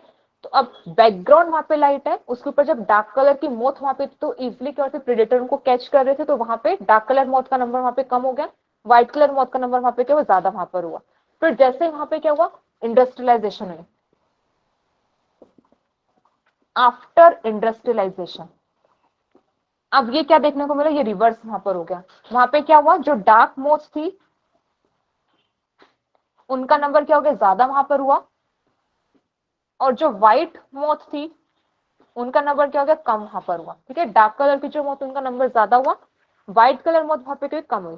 अब रीजन वहां पे क्या, जैसे इंडस्ट्री वहां पर हुई, ठीक है, इंडस्ट्रीज वगैरह वहां से क्या स्मोक वगैरह है, स्मोक ने क्या किया, हाँ एयर पोल्यूशन वहां पर हुआ। और वैसे भी जो लाइकन्स होता है कैसे होता है, पोल्यूशन सेंसिटिव वहां पर होता है, तो वहां पे वो ग्रो नहीं किए। अब ट्री जो थी वो किसका, उसका ट्रंक कैसा वहां पे डार्क कलर का, डार्क कलर का। तो अब जो डार्क कलर मोथ थी अपने को बेटर हाइड कर पा रही थी वहां पे प्रेडेटर से, लेकिन व्हाइट कलर मोथ इजिली वहां पे कैचेबल थी, कैच मतलब इजिली वहां पे कैच हो जा रही थी, ठीक है। तो सिंपल वहां पे क्या हुआ, फिर व्हाइट कलर मोथ का नंबर वहां पे क्या हो गया, कम वहां पर हुआ, डार्क कलर मोथ का नंबर क्या हो गया वहां पे, ज्यादा वहां पर हुआ, ठीक है। अब नेचुरल सिलेक्शन कैसे काम किया, कि पहले क्या था, वेरिएशन थी, मतलब व्हाइट और डार्क दोनों वहां पे प्रेजेंट था, लेकिन उस टाइम पे बेटर अडेप्टेड कौन थी, व्हाइट कलर की मोथ थी इंडस्ट्री से पहले, तो नेचर ने किसको सेलेक्ट किया, व्हाइट कलर मोथ को वहां पे सेलेक्ट किया। लेकिन जैसे इंडस्ट्री सेटअप होगी तो उसके बाद वहां पे क्या डार्क कलर मोथ वहां पे क्या थी, ज्यादा बेटर अडेप्टेड, तो नेचर ने किसको सेलेक्ट किया, वहां पे डार्क कलर मोथ को सेलेक्ट किया, ठीक है। तो ये भी एग्जाम्पल यहाँ पे किसका आ जाता है, अच्छा रिपीट करना है ये, ठीक है। इसमें देखो सिंपल क्या किया, इंडस्ट्री से पहले मतलब जब इंडस्ट्री वहां पे नहीं थी तब वहां पे व्हाइट कलर की मोथ ज्यादा थी, डार्क कलर की मोथ वहां पे कम थी। रीजन वहां पे क्या, क्योंकि जो ट्री ट्रंक था, ट्री ट्रंक पे वहां पे क्या थे, लाइकन्स थे। लाइकन्स कैसे होता है, लाइट इन कलर होता है। अब ट्री ट्रंक पे मतलब जो ट्री का पूरा पूरा जो स्टैम वहां पे होता है, बाग वहां पे क्या था, लाइट कलर था। लाइकन्स वहां पे था, वहां पे व्हाइट कलर की मोथ प्रेजेंट थी ना, तो व्हाइट कलर की मोथ इजिली हाइड हो जा रही थी, क्योंकि वहां पे बैकग्राउंड भी लाइट, ऊपर मोथ भी कैसे लाइट कलर की वहां पे, तो इजिली वहां पे हाइड हो गई थी। लेकिन जो डार्क कलर की मोथ थी, प्रेडेटर उसको इजिली कैच कर ली, मतलब कैच इजिली, मतलब डार्क कलर मोथ को प्रेडेटर क्या करते हैं, इजिली कैच कर लेते। क्यों करते, क्योंकि वहां पे व्हाइट कलर लाइट बैकग्राउंड था, लाइट बैकग्राउंड के ऊपर क्या था, वहां पे डार्क कलर की मोथ जैसे बैठते थे तो दूर से प्रेडेटर को दिख जाता था कि वहां पे मोथ प्रेजेंट है, और मोथ को क्या करते थे, फिर वो कैच कर लेते थे। लेकिन जैसे इंडस्ट्री सेटअप हो गया, अब वहां पे क्या हुआ, लाइकन्स ग्रो नहीं किए, क्योंकि लाइकन्स वहां पे कैसे होता है, पोल्यूशन सेंसिटिव होता है, तो लाइकन्स वहां पे ग्रो नहीं किए। अब वहां पे क्या हुआ, अब वहां पे बैकग्राउंड कैसे होगा, डार्क बैकग्राउंड, डार्क बैकग्राउंड में बेटर हाइड कौन कर पा रहा है, डार्क कलर की मोथ, और व्हाइट कलर की मोथ वहां पे क्या करिए, अपना को हाइड नहीं कर पा रही है, ठीक है। नेचर सिलेक्शन कैसे लगा, कि दोनों में व्हाइट कलर की मोथ और डार्क कलर की मोथ दोनों नेचर में एग्जिस्ट कर रही है, लेकिन इंडस्ट्रियलाइजेशन से पहले वहां पर क्या हो रहा है, सिलेक्शन किसकी हो रही है, व्हाइट कलर मोथ की, क्योंकि व्हाइट कलर की मोथ वहां पे बेटर एडेप्टेड है। बेटर एडेप्टेड मतलब उसके पास ऐसे फिनोटाइप है जिसको सर्वाइवल ज्यादा देते हैं, तो इसलिए नेचर ने उसी को वहां पे सेलेक्ट किया। लेकिन आफ्टर इंडस्ट्रियलाइजेशन वहां पे हुआ क्या, डार्क कलर की मोथ के पास वहां पे क्या हो गया, वहां पे कैरेक्टर्स बेटर वहां पर आ गए, तो इसलिए वहां पे नेचर ने सेलेक्ट किसको किया, डार्क कलर मोथ को वहां पे सेलेक्ट किया, बेसिकली बेटर फिनोटाइप को नेचर सेलेक्ट किया। तो नेचर हमेशा क्या करते हैं, नेचर सिलेक्शन हमेशा बेटर फिनोटाइप को वहां पे सेलेक्ट करता है, ठीक है। ये सिंपल एग्जांपल किसका था, नेचर सिलेक्शन का, ठीक है, क्लियर है, ठीक है। अच्छा इसमें फिर एक और एग्जांपल यहाँ पर आ जाएगा, जो अभी हमने किया था, ड्रग रेजिस्टेंस बैक्टीरिया, जो हमने एक्सपेरिमेंट अभी किया था ना, ठीक है, वो भी किसमें आ जाएगा, ड्रग रेजिस्टेंट बैक्टीरिया जो यहाँ पे थे, वो भी इसका एग्जांपल यहाँ पे आ जाएगा। ड्रग रेजिस्टेंट बैक्टीरिया, या फिर जैसे पेस्ट रेजिस्टेंट होता है ना, pesticide resistant paste, pesticide resistant paste, कि जैसे क्या करता है, पेस्टिसाइड्स का यूज करता है, लेकिन जो पेस्ट होता है उसके लिए क्या हो जाता है, रेजिस्टेंट वहां पर होता है। सेम वहां पर भी क्या करता है, नेचुरल सिलेक्शन एक्ट करता है, कि वहां पे जो पेस्ट है वो पेस्टिसाइड सेंसिटिव भी प्रेजेंट है, रेजिस्टेंट भी प्रेजेंट है, लेकिन अगर हम कॉन्टिन्यूटी में किसका, पेस्टिसाइड का यूज करते रहते हैं, तो वहां पे क्या होता रहता है, सिलेक्शन किसकी होती है, रेजिस्टेंट वाले की सिलेक्शन हो जाती है, और सेंसिटिव वाले वहां से किल हो जाता है। तो मतलब एक टाइम के बाद सिर्फ वहां पे कैसे बचता है, pest resistant, pesticide resistant paste वहां पर बचते हैं, ठीक है। तो ये भी किसमें आता है, इंडस्ट्रियल नहीं, नेचुरल सिलेक्शन में यहाँ पर आता है, ठीक है। बहुत थ्योरीज हो गए, पर थ्योरीज तो कंप्लीट नहीं है ना अभी, अभी तो डार्विन का है, काफी क्रिटिसिज्म भी पढ़ना है, अभी थोड़ी सी डार्विन थ्योरी रहती है।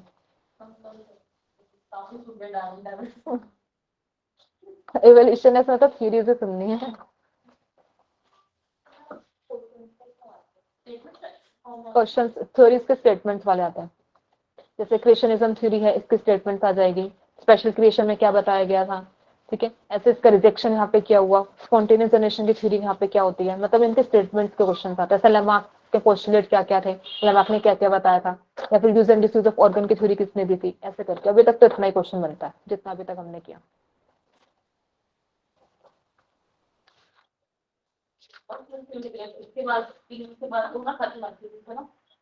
हाँ, इसके बाद तो थ्योरीज खत्म है, पर फिर भी मतलब ये है कि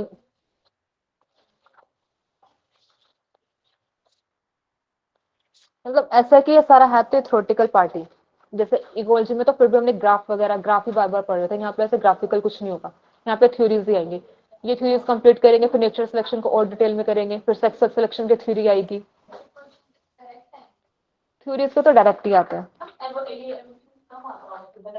हाँ, एवोल्यूशन से बताया था ना कि मतलब 20 मार्क्स पे रहता है, 20 to 25। अगर हम जैसे इकोलॉजी का वहां पे देखें तो उसको तो 30 तक चला जाता है, 30-35। इसको तो एवरेज लगा के चलो 15-20-25, इतना 20-25 ऐसे होता है बस। हाँ, दोनों से मिला के 40-50 है, तो वैसे एवोल्यूशन की कंपेरेटिवली वेटेज कम रहती है क्योंकि यूनिट भी छोटी है, और यहाँ पे मतलब ऐसे कुछ भी क्वेश्चन नहीं बनते ना न्यूमेरिकल या फिर ऐसे। हाँ हाँ, इजिली सोल्व हो जाता है। इसमें सिर्फ जो न्यूमेरिकल का पार्ट आता है, हैमिल्टन रूल्स ये सब आते हैं।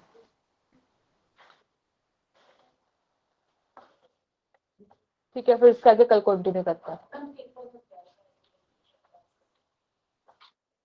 किस किस टॉपिक से आया था?